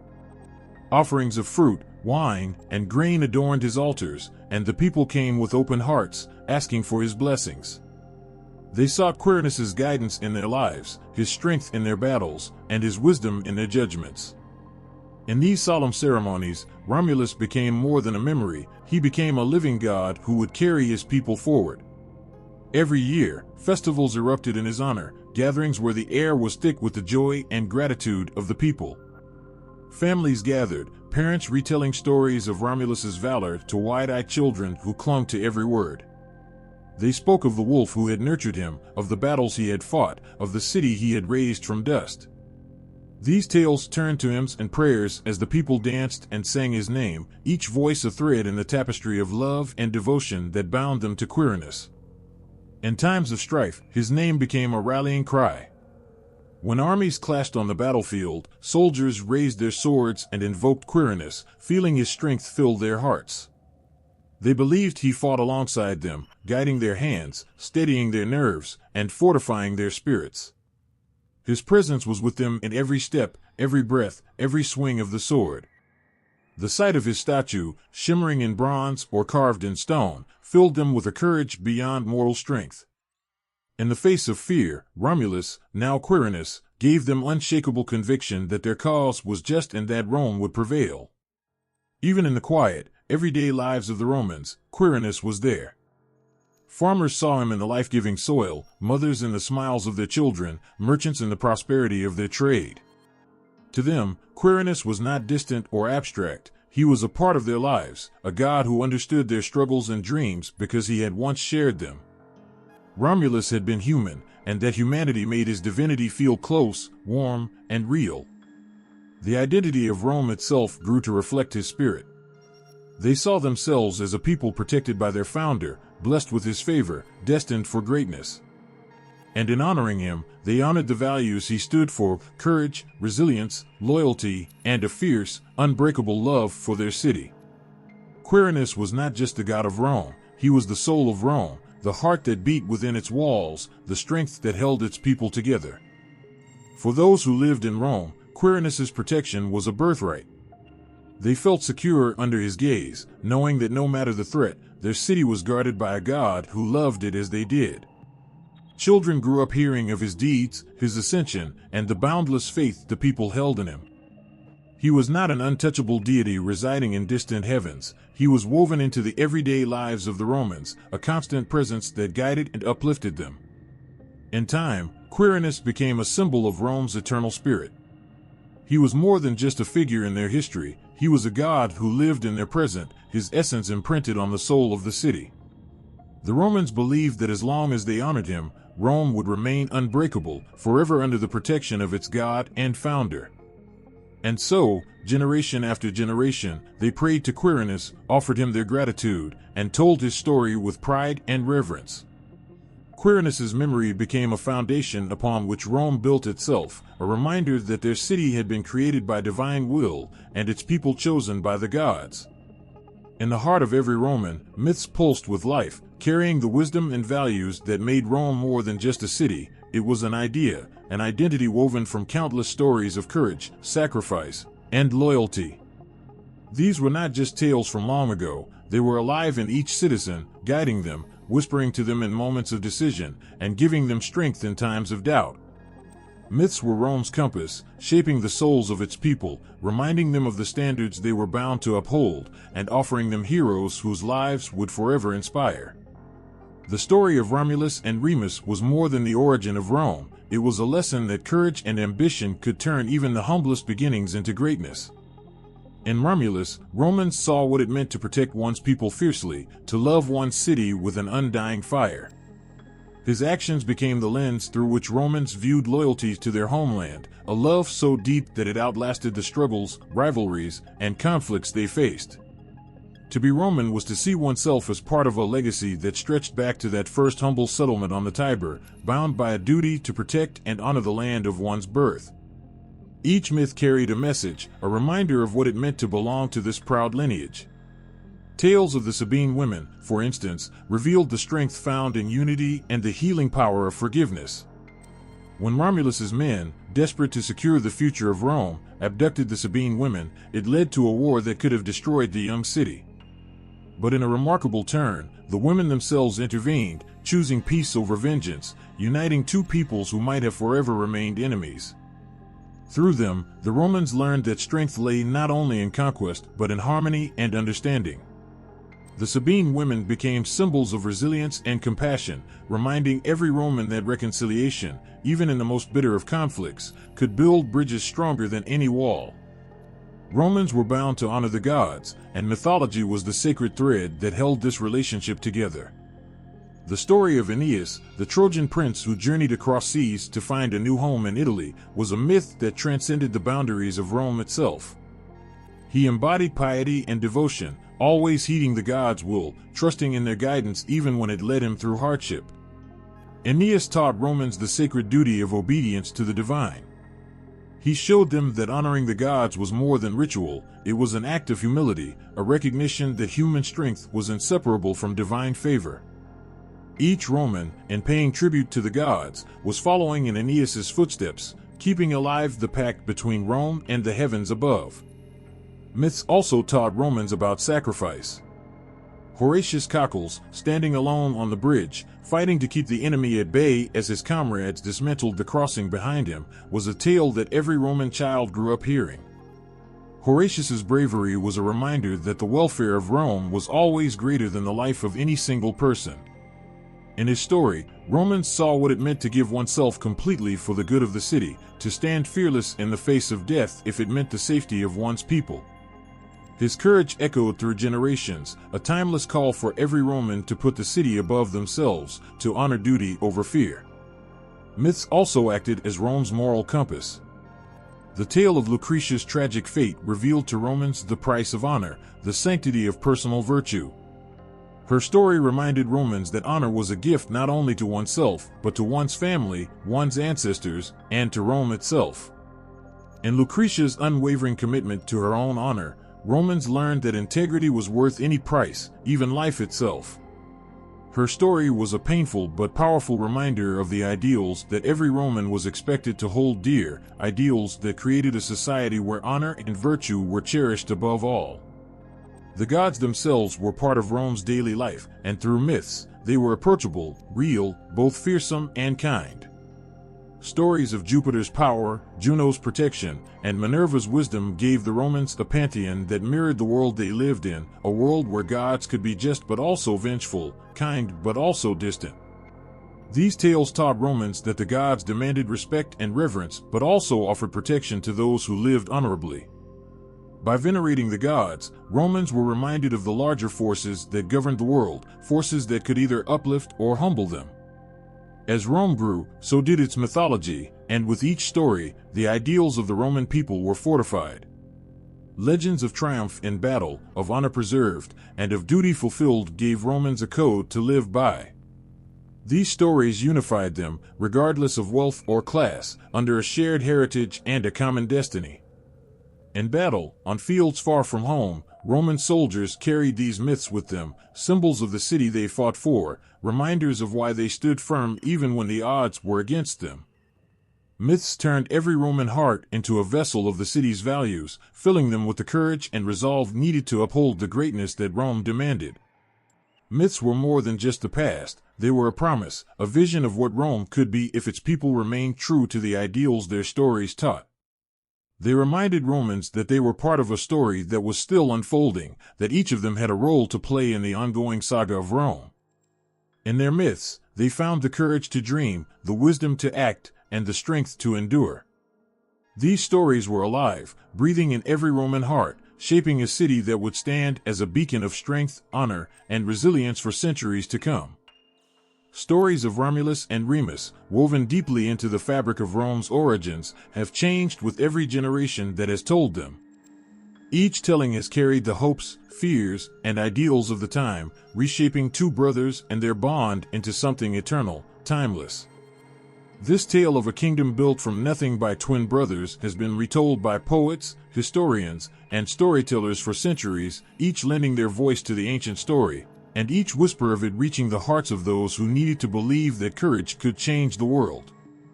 In ancient Rome, Romulus and Remus were more than figures from a myth. They were ancestors, symbols of the strength and resilience that every Roman felt was a part of them. For the earliest Romans, these twins were a reminder of Rome's fierce beginnings and of a destiny forged through struggle and sacrifice.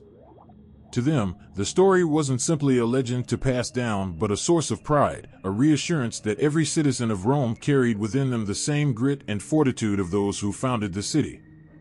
It was not just a story, it was a truth about Rome itself, a city that rose against all odds, shaped by heroes whose blood ran in the veins of all Romans. As Rome grew and its influence spread across lands and peoples, historians like Livy and Plutarch gave their own takes on the twins. Livy described Romulus and Remus with admiration but also a caution, hinting at the dangers of unchecked ambition and the heavy cost of power. He celebrated Rome's triumphs but reminded his audience of the twin shadow cast by violence and betrayal, forever tied to the birth of Rome. To Livy, this tale was a lesson, an acknowledgement that greatness often bears a heavy price, and Romulus, despite his achievements, had blood on his hands. His version of the story served as a reflection, a warning to the Romans that their city's strength should be balanced with justice, that a power won by violence alone could turn against itself. In Plutarch's writings, the legend of Romulus and Remus took on a different light, emphasizing the importance of virtue and the ties of family.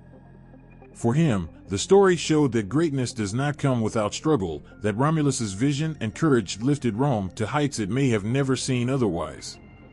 But Plutarch mourned the rift between the brothers, seeing in it a painful truth that even the strongest bonds can be torn apart when ambition goes unchecked. Through his account, he reminded readers that unity, above all, was the foundation of Rome's strength, that the city must never forget the tragedy of Remus's death if it hoped to thrive. Over time, interpretations shifted. For the poets of the Roman Empire, Romulus became more of a demigod, a hero whose presence elevated Rome beyond mortal realms. He was no longer simply a founder. He was a near-divine figure, a leader blessed by the gods themselves, an image that resonated deeply with an empire that saw itself as the center of the world. The story grew in grandeur, taking on a life of its own, and Romulus became the idealized Roman, strong, indomitable, larger than life. Emperors of Rome saw their own reflections in Romulus, using his legacy to strengthen their rule and remind the people of Rome's divine right to lead. In the centuries that followed, with the fall of Rome and the rise of Christianity, the story of Romulus and Remus took yet another turn. Christian scholars looked at the legend with a different eye, reinterpreting it as a moral tale that underscored the dangers of pride and ambition. To them, Romulus's act of fratricide echoed the fall of man, a testament to the tragic flaws within humanity. In their telling, Romulus was a figure both powerful and flawed, and his actions served as a reminder that earthly power could corrupt and lead to ruin. The twins' tale became one of caution, a lesson that even Rome's greatness could not shield it from the consequences of human weakness. The story lingered, a reflection on the impermanence of empires and the need for humility before a higher power. As the Middle Ages passed into the Renaissance, the story of Romulus and Remus was reborn in art, in literature, and in the minds of scholars.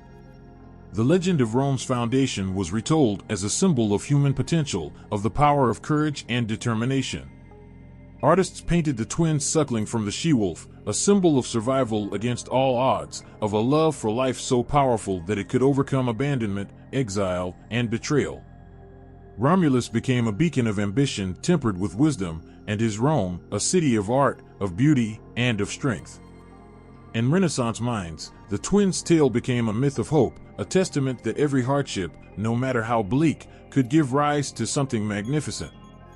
With the Enlightenment came a more skeptical gaze, and historians began to question the story itself. Did Romulus and Remus truly exist, or were they figments of Rome's imagination, characters created to give meaning to the city's rise? Scholars debated the origins of the legend, examining every detail for a trace of historical truth, questioning the myth while still honoring its place in the Roman psyche.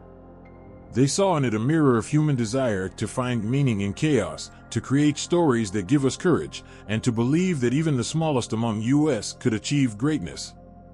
Romulus and Remus became more than historical figures. They became symbols of humanity's unending quest to find purpose, to believe that each life has a role to play in the unfolding of history. Today, the story of Romulus and Remus still resonates, a legend carried through time as a reminder of Rome's unique spirit. Historians, writers, and readers alike continue to find in the story a timeless message, each interpretation breathing new life into the twins and their journey. For some, Romulus remains a hero, a visionary who dared to dream of a city that would one day rule the world. For others, he is a tragic figure, forever haunted by the shadow of his lost brother, a symbol of ambition's heavy toll.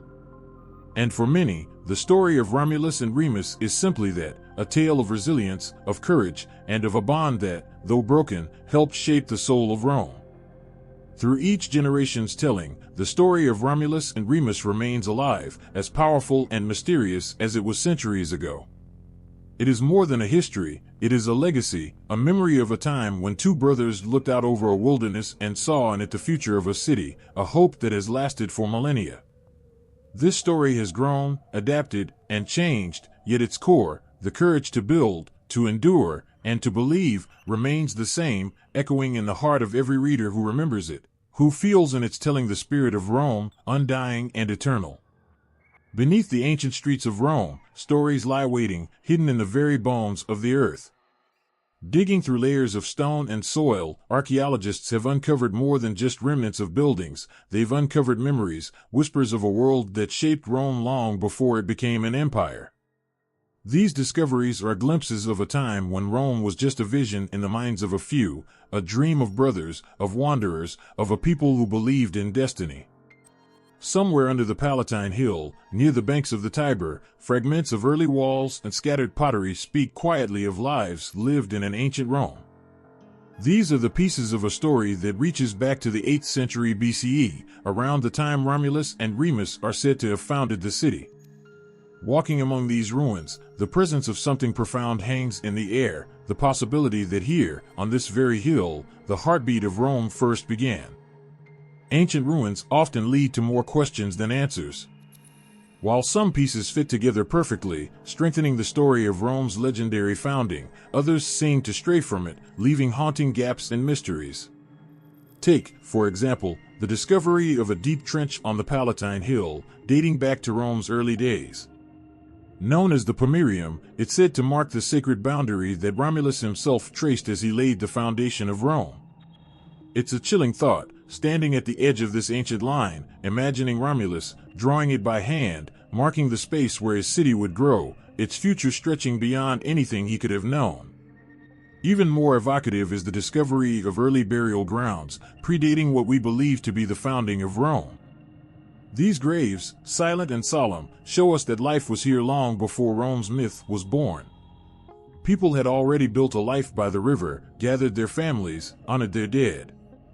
Their bones rest quietly now, a reminder that Rome wasn't born from a single moment but was crafted from generations of lives, each contributing to the story in their own small way. When archaeologists uncovered these graves, they realized that Rome wasn't just a city that sprang from nothing. It was a place layered with life, with love, with loss, a foundation far richer and more human than any legend could capture. A discovery that once stirred the hearts of Romans, even more recently, is what many believe to be the Lupercal, the sacred cave where the she-wolf nurtured Romulus and Remus.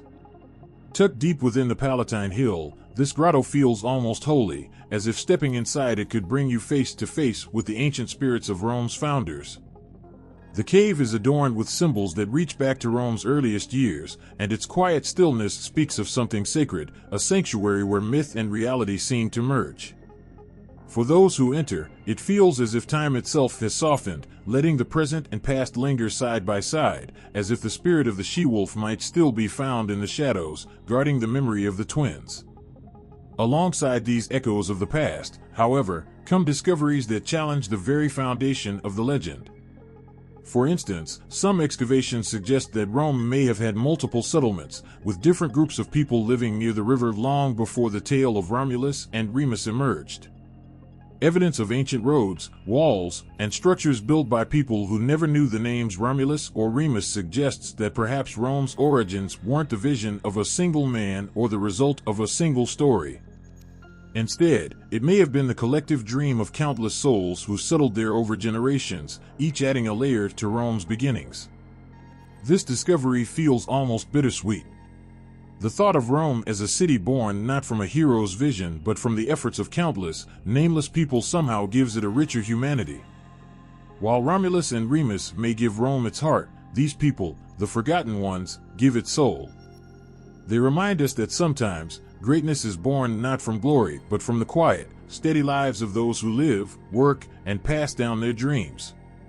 Archaeologists have also found the ruins of early structures that suggest Rome was fortified, defended, even when it was only a small settlement. Traces of these early walls, humble yet resilient, hint at a people who fought to keep what they had, who built walls not just to protect a city but to protect a home. The faint outlines of these walls, still visible beneath layers of history, remind us of the strength and determination that ran through Rome's people long before it became an empire.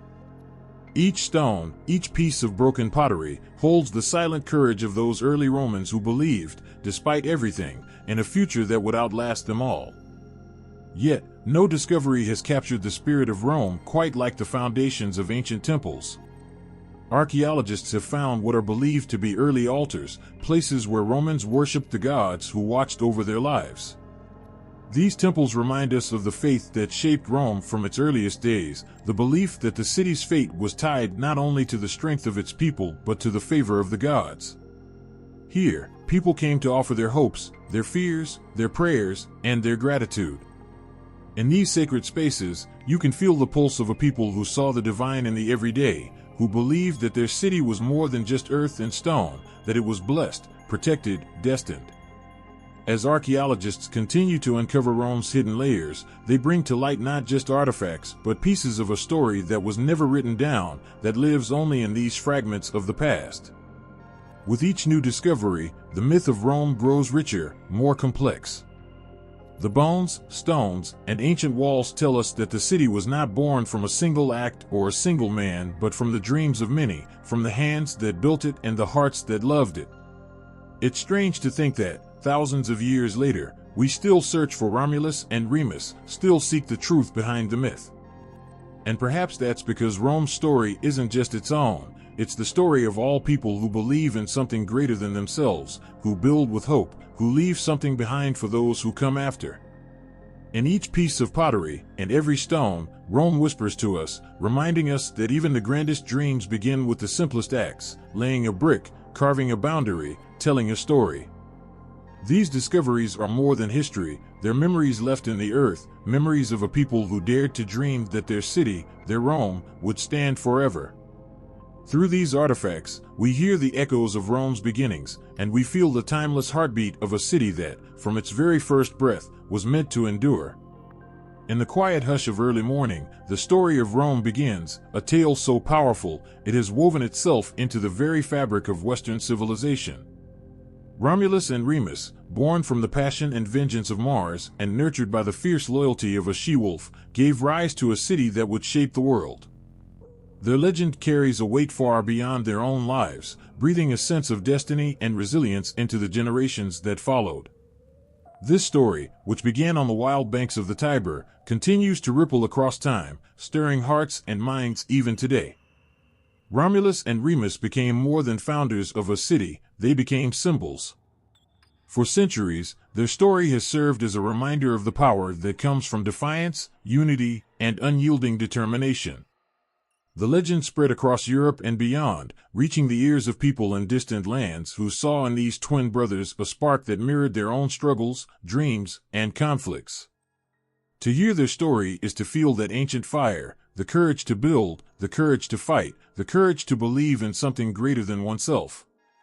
The legacy of Romulus and Remus speaks to the essence of human resilience. Their tale tells of survival against the odds, a fierce loyalty to family and tribe, and a determination to build a home from nothing. This idea resonated deeply with the cultures that followed Rome, inspiring generations who faced their own challenges. Medieval kings and emperors looked to Rome as a guide, aspiring to the strength and grandeur of the eternal city. The medieval world, bound by loyalty and fealty, saw in Rome's founders the ideal of unity, a belief that a single, enduring city could be greater than the sum of its people. And so, stories of Romulus and Remus became touchstones, woven into the fabric of Western mythology, as new cities and nations took inspiration from their example.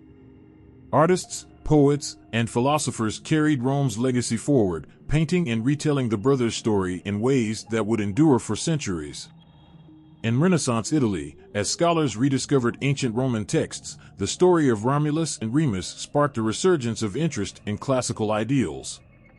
The image of the wolf nursing the abandoned twins became an iconic symbol of Rome's origins, capturing the hearts of people who saw in it a reflection of the strength that defines us all. The twin brothers, forever linked by blood and fate, were honored not just for founding Rome but for embodying a spirit that feels both timeless and deeply human. Beyond Italy, Rome's legacy became part of the foundations of European thought, especially in places where law, governance, and a sense of justice shaped society. Leaders from Charlemagne to Napoleon, from English kings to American revolutionaries, felt the echo of Rome's influence. To them, the tale of Rome's founding was more than history, it was a reminder that greatness comes from sacrifice and vision. From Romulus, they learned that sometimes the harshest choices must be made to create something that will last. They saw in him both the cost of ambition and the unbreakable spirit needed to lead. Even America, born thousands of years after Rome's founding, found itself captivated by the ideals of Romulus and Remus. The founding fathers drew upon Rome's story as they envisioned their own republic, seeing themselves as modern-day Romuluses, carving out a place of freedom and democracy. To them, Rome's history and mythology offered wisdom and warnings, guiding principles for building a new nation that would stand the test of time. Romulus's fierce dedication to his city inspired a generation of leaders who believed that their own republic could achieve greatness through unity, strength, and a commitment to ideals larger than any single person. In literature and art, the legend of Rome's birth has remained a powerful source of inspiration. Painters like Peter Paul Rubens and artists throughout the Renaissance depicted the twins and the she-wolf with reverence, blending the wildness of the story with an awe that transcended time. Sculptures of the wolf and twins became cherished symbols, showing the world that Rome's legacy was not just in its physical empire, but in the soul of its people. Writers took to the legend as well, exploring themes of family, betrayal, and destiny. Shakespeare, in his play Coriolanus, captured the Roman spirit in a story of loyalty and conflict, while Dante, in the Divine Comedy, immortalized Rome as a city blessed and watched over by the heavens. In many ways, Romulus and Remus gave birth not only to Rome but to a Western tradition of valor, ambition, and struggle for greatness. Their tale shows us that Rome's legacy is not about empires and conquests alone, it is about an indomitable will. Every time a young person reads their story, a part of that ancient spirit comes alive, touching a place in our hearts that yearns to build, to grow, to leave a mark on the world. This yearning became the foundation for Western civilization's greatest achievements, from the spread of democracy to the Renaissance, to the passion for exploration and discovery that shaped modern times. Yet, for all its glory, Rome's legacy also carries a lesson in humility. Romulus and Remus's story teaches us that greatness is often born from pain, that even the most triumphant journeys require sacrifices. In Romulus's final act, the slaying of his own brother, a harsh truth emerges that building something eternal is rarely simple or clean. For centuries, this moment in the myth has haunted readers and storytellers, a reminder of the weight that often comes with power, of the human cost of ambition. It has shaped how Western civilization views its own progress and its own scars, urging us to remember that every great achievement leaves a mark not only on history but on the souls who carry it forward. Through the story of Romulus and Remus, Rome's legacy endures, a quiet force that has shaped the beliefs and aspirations of countless generations. Their myth reminds us of our own shared origins, of the wildness and vulnerability we all carry, of the strength we find in unity and the courage we need to overcome. And it shows us that Rome, born from a legend, has given more to the world than buildings and monuments. It has given us a story of two brothers, of struggle, of faith, and of a city that will forever hold a place in the heart of Western civilization. Across centuries, through shifting sands of time and tides of history, Rome's legacy whispers a timeless tale. The story of Rome's founding, of Romulus, Remus, and the birth of an empire, isn't confined to dusty pages or ancient ruins, it pulses in the veins of the world we know today. There's something enduringly human in this story of brothers, ambition, sacrifice, and the unyielding will to create something that would outlast the ages. The legend of Rome reaches out to us, not as a distant myth, but as a piece of our own human journey, a journey of dreams, struggles, triumphs, and undying hopes. The power of Rome's myth has transcended the boundaries of history, shaping not only how we understand the past, but how we approach the present and the future. It is not simply a story about the founding of a city, it's a story that captures the heart of humanity. In Romulus and Remus's ambition to build something eternal, we see a reflection of our own drive to leave a mark on the world, to create something meaningful. Every person who has ever dreamed of building a better life, of carving out a space in the world, has a little of Rome's fire within them. It is this fire that keeps Rome alive, more than stone or statues, more than any monument could ever capture. What makes Rome's founding myth so relevant today is its exploration of human nature. In Romulus's decision to take his brother's life for the sake of a vision, we confront the tension between loyalty and ambition, between love and duty. It speaks to the sacrifices people make in the pursuit of dreams, of the relationships strained by the weight of destiny, and of the way even the most noble visions sometimes carry a heavy price. Romulus's choice wasn't just about Rome, it was about what it takes to shape history, about the costs and complexities of leadership. Even now, it reminds us that greatness and ambition often come with burdens that test the spirit. It's a lesson that rings as true in today's world as it did in the age of emperors and empires. As we look around at cities, nations, and communities across the globe, Rome's influence is everywhere. It's in the architecture that rises with a sense of grandeur, in the laws that uphold justice, in the ideals of citizenship and duty, and in the symbols of strength and unity. Modern democracies, constitutions, and governments all carry Rome's fingerprint, a tribute to the foundations laid so many centuries ago.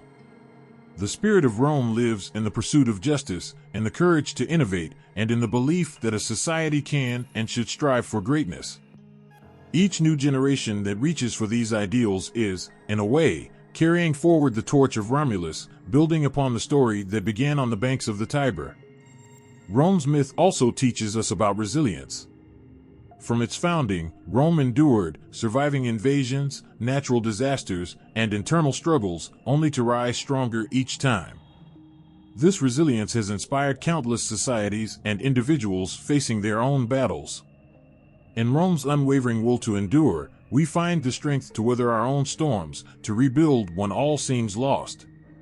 The city's ability to rise from the ashes, again and again, mirrors the resilience that pulses through human history. The story of Romulus reminds us that adversity can be a source of strength, that the spirit of survival can forge the mightiest of legacies. But Rome's legacy is more than monuments, laws, and tales of conquest. It is a living reminder of what humans are capable of when they come together with a shared purpose. From the Forum to the Senate, Rome built a society based on cooperation and shared responsibility, on the belief that individuals could shape the destiny of their city, their nation, and even the world. This sense of civic duty, the idea that everyone has a role to play in the common good, is perhaps one of Rome's greatest gifts.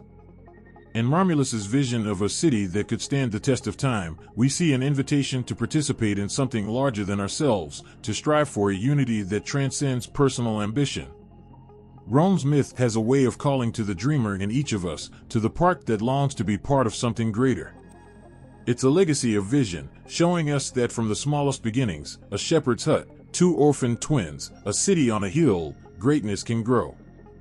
That from adversity, from the raw will to survive and to dream, we can create a story that reaches beyond ourselves. Romulus's Rome began as a hope, a place where people from all walks of life could find a home, a place that would welcome the ambitious, the strong, the weary, and the hopeful alike. This openness, this inclusivity, still resonates today, reminding us that great civilizations are built by embracing diversity and resilience.